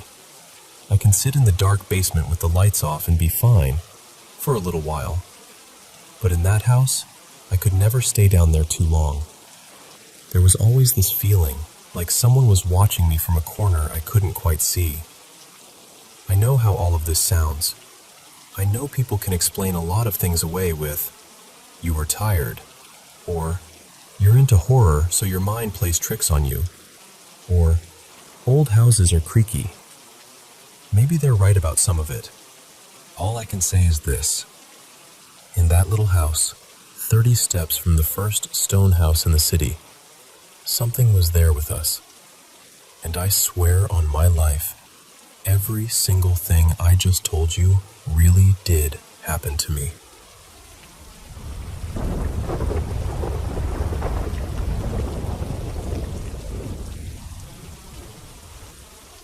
Okay, so I'm just going to talk to you like you're here with me, because honestly, I'm still shaking even thinking about this. These last few months have been rough, like really rough. I live at home with my parents, my mom Elena and my stepdad Mark, and something's been going on in the house that we can't really explain anymore. At this point, paranormal is the only word that feels close, even if it sounds dramatic. It started small. It always does, right? First, it was the lights. I thought it was just bad wiring or dodgy bulbs. The bathroom light would flicker, then the one in the hallway, sometimes the one over the kitchen sink. They'd flick off and on like someone was playing with the switch. We changed all the bulbs, even had a friend who's an electrician take a quick look, and yeah, still happening. Mostly in the bathroom and hallway. It's like those two places are, I don't know, favorite spots. Then our cats started acting weird. We've got 3 of them now, Luna, Milo, and Pepper. They've always been pretty chill, the usual zoomies at 3 a.m., but nothing wild. But lately, they'll just freeze and stare into the corner of a room like they're watching someone move around. Sometimes they'll hiss at the empty doorway. Luna arches her back and her fur stands up, and there's just nothing there. At least, nothing we can see. And then we started hearing things. The first thing I heard was this growl. It was stupidly late, middle of the night, and I was half asleep. It came from the hallway outside my bedroom door. It was low, deep, like it came from someone's chest rather than an animal. It absolutely scared the life out of me. Our cats can't make a noise like that. And yeah, one of the windows in the living room was open a crack, but it wasn't windy. And this didn't sound like something from outside. It sounded inside. My parents hear things too. My mom's told me she hears me calling her name sometimes, like I'm shouting for her from my room. And when she goes to check on me, I'm just wearing my headphones, minding my own business. Mark says he once heard me crying in the bathroom, but I was at work when that happened. The worst for him, though, was the voice. He was in the kitchen one evening, washing dishes, and he swears a man's voice, really clear and close, said, "Hello," right behind him. Just that. Hello. No one else heard it. Mom was in the living room. I was in my room. And he kind of came in white as a sheet. Mark's not the type to spook easily. He's it's probably nothing, about everything, but he was genuinely shaken. That's what scared me, seeing him scared. There are other sounds too. I've heard faint music at night, like someone's playing an old radio in another room. It's sort of muffled, like a lullaby or some slow song you can't quite catch the words to. And knocking. 3 knocks in a row, sometimes on the wall near my bed, sometimes from the inside of the wardrobe door. It mostly happens after midnight, when everything's quiet and you can't pretend you didn't hear it. Then there's the physical stuff. Both Mark and I have been touched. He told me he was in the kitchen one afternoon, waiting for the kettle to boil, and he felt a hand run slowly down his back. Naturally, he thought it was my mom messing around. But when he turned, she was at the table scrolling through her phone, nowhere near him. He didn't even tell us that story until recently, because he didn't want to freak us out. A lot of the time, it feels like there's something sitting between my shoulder blades, just this constant weight on my back, pressing down. Even when nothing else is happening, that feeling hangs around. We've both been scratched, too. I only found out recently that Mark had been scratched on his upper arm. 3 thin lines, like something had clawed him. He was in the laundry room when it happened. He said it stung all of a sudden, and when he checked, there were these red marks and a bit of blood. For me, it was my side, just under my ribs. I was getting changed and felt this burning sensation.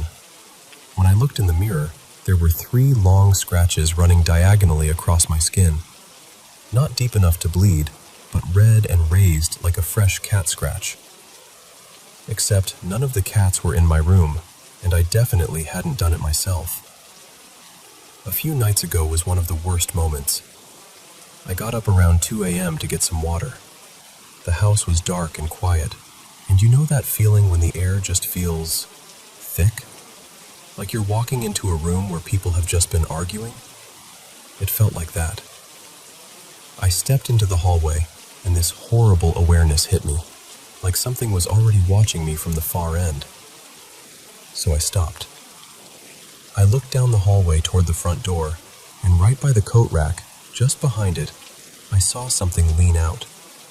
Not all the way, just enough to look at me. It was tall, taller than Mark, easy, and it was basically a shadow. No face, no features, just a human-shaped darkness with a kind of edge to it, like the air bent around it. It didn't move. It just stared. My whole body went cold. I genuinely thought I was going to throw up. I couldn't look away for a few seconds, and then my fight or flight just cut out, and I stumbled back into my room, shut the door, and sat on the floor shaking. I didn't even get the water. Things move on their own now, too. One afternoon I was at my desk, and I heard a thump right above my head. The shelf above my desk holds my albums and a couple of little figures. Out of nowhere, 3 of my albums just slid forward and fell to the floor. The window was closed, no trucks going by, no one stomping around. The weird part is, they fell in the opposite direction of how they were leaning. It was like someone pushed them deliberately. In the bathroom, we've got one of those circular ring towel holders fixed to the wall. I was in the shower one morning, door closed, no one else in there, and I heard this rattling metal sound. I peeked out, and the ring was swinging from side to side, like someone had just yanked the towel and let it go. It kept going for longer than it should have, like it had a bit too much energy behind it. On top of all this, my mood has been all over the place. I mean, I've been stressed about other stuff too. Life, work, normal things. But this feels different. I go from fine to angry to crying to numb in the span of a day. Little things set me off. I'm snapping at people, then apologizing 5 minutes later. Since all of this started, my sleep's gone to hell. I've been having these vivid nightmares where I'm stuck in my room and something is crouched under my bed, whispering my name. Sometimes I wake up and I'm not sure if I can move right away, like I'm pinned down. It feels like I'm being watched pretty much constantly, like I can't relax in my own home. Honestly, after I did that, it seemed to get worse. The noises were louder. The shadows felt closer. I started waking up more often with that pressure on my shoulders. We've never tried to invite anything into our home. We're not doing Ouija boards or summoning rituals or anything like that. We've had a few odd things happen in the past, like lights flickering on the anniversary of a family member's death, but it always felt gentle, like a loved one checking in. This is not that. This feels heavy and wrong and angry. And the worst part is, it feels like I'm the one getting most of it. Like whatever this is has decided I'm the main target. I don't know why. There are probably more little things I'm forgetting. Cold spots, footsteps when everyone's in bed, doors that are open when we're sure we closed them. But my head is kind of scrambled just talking about it. I'm scared all the time. Genuinely. I walk around my own house and my chest feels tight, like I can't get a full breath in. I don't know what to do anymore. I'm tired, I'm frightened, and it feels like I don't have anywhere safe to just exist. I keep hoping I'll wake up one day and it'll all just stop, but it hasn't yet. And that's why I'm telling you this, because I needed someone to hear it, to understand that I'm not just being dramatic or imagining things. So yeah, that's what's been happening in our house.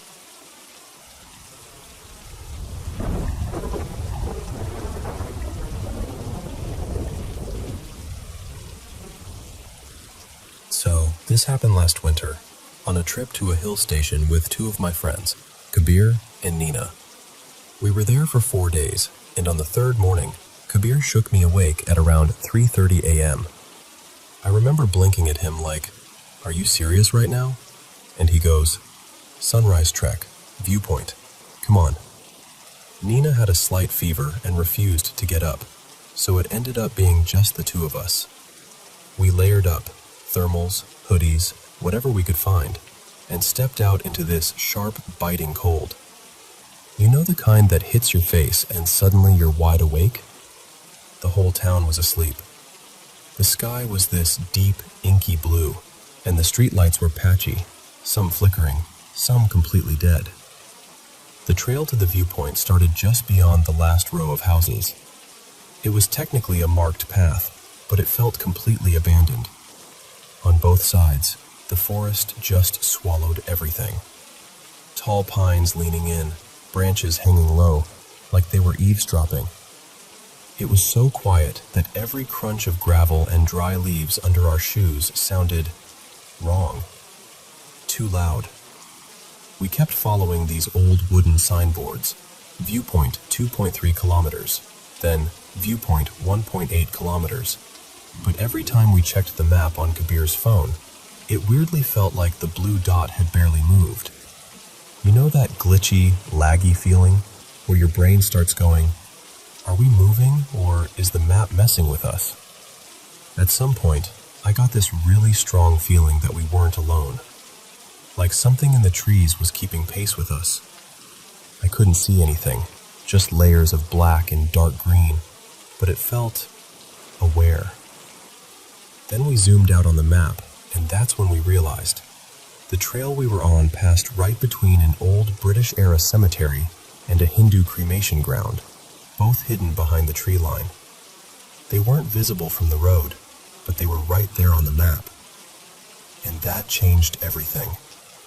Suddenly the air felt heavier.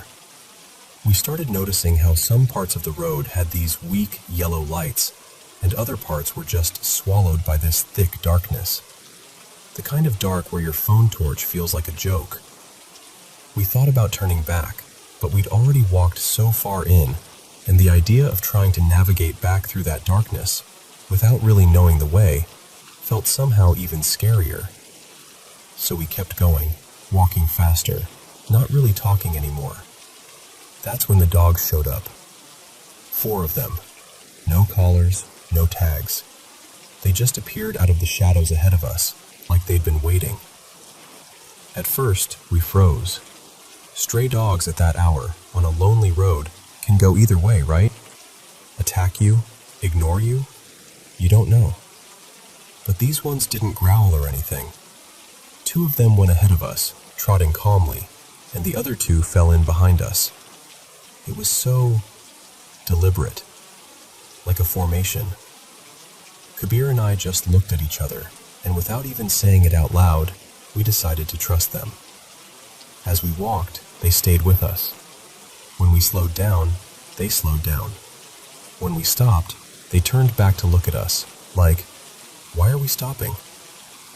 Every time there was some weird sound from the forest, a crack, a rustle, something, one of them would bark in that direction, short and alert, and the others would suddenly go tense. After a while, the road itself changed.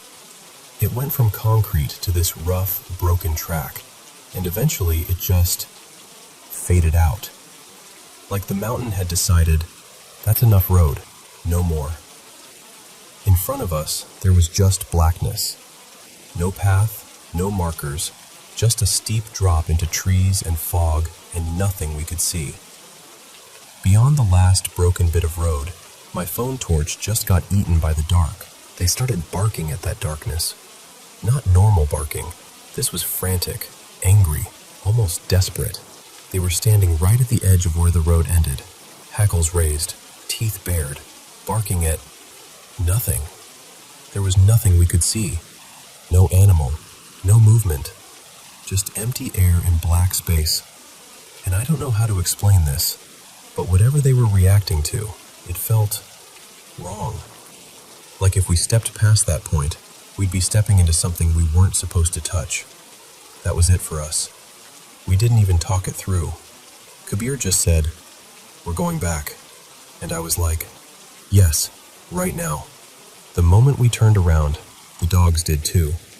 Same formation, 2 ahead, 2 behind. This time, though, they were more alert, pausing at random spots, sniffing the air, staring into the trees for a second too long. We didn't run, but it felt like we were constantly on the edge of it. The strange thing was, on the way back, we barely saw any of the signboards we remembered. It was like the trail was shorter, or different. We just kept walking, following the dogs, until suddenly the forest thinned out, and we were back near the first houses of the town. By then it was around 6 in the morning. The sky was turning lighter, that pale bluish gray you get right before sunrise. The streets were still empty, shutters down, no one around. We sat down near this closed tea stall, completely drained. The dogs sat with us. One curled up right at my feet. Another flopped next to Kabir. They weren't restless anymore, just there, calm, waiting. At around 6:15, one of the shops finally opened. We got some biscuits and water, and of course, the first thing we did was share the biscuits with the dogs. They ate them happily, tails wagging, but still stayed close, like they were on duty. Right then, this man rode by on a brown horse, like straight out of another era. He looked like a local, with this thick jacket and a scarf wrapped around his face. He slowed down when he saw us and asked where we were headed. We told him we'd tried to go to the viewpoint but turned back, and he said, "Now there's enough light. If you still want to go, I can take you. It's not safe in the dark." We turned around to gesture at the dogs, like, "We're okay, they were with us." And they were gone. Just like that. No paws trotting away, no tails disappearing around a corner. They were there 1 second, and the next second, there was nothing. The street was completely empty. Later, when I got back home and told my mom the whole story, she didn't react the way I expected. I thought she'd laugh or call us dramatic. Instead, she got really quiet. Then she said, "You should never walk near graveyards or cremation grounds at that hour. At night, there are things that roam freely, dark things." She looked straight at me and asked, "What if something had followed you home? What if one of you had gotten possessed? There were only 2 of you. What would you have done?" And that question, that's the part that still gets to me. I can handle the creepy trail and the weird map and the barking at nothing. But that thought of something attaching itself to us when we were so far from everyone else sticks. I don't know what was in that forest with us. I don't know what the dogs saw when they barked at that patch of darkness. But I know this much. Whatever they were, those 4 dogs weren't just dogs.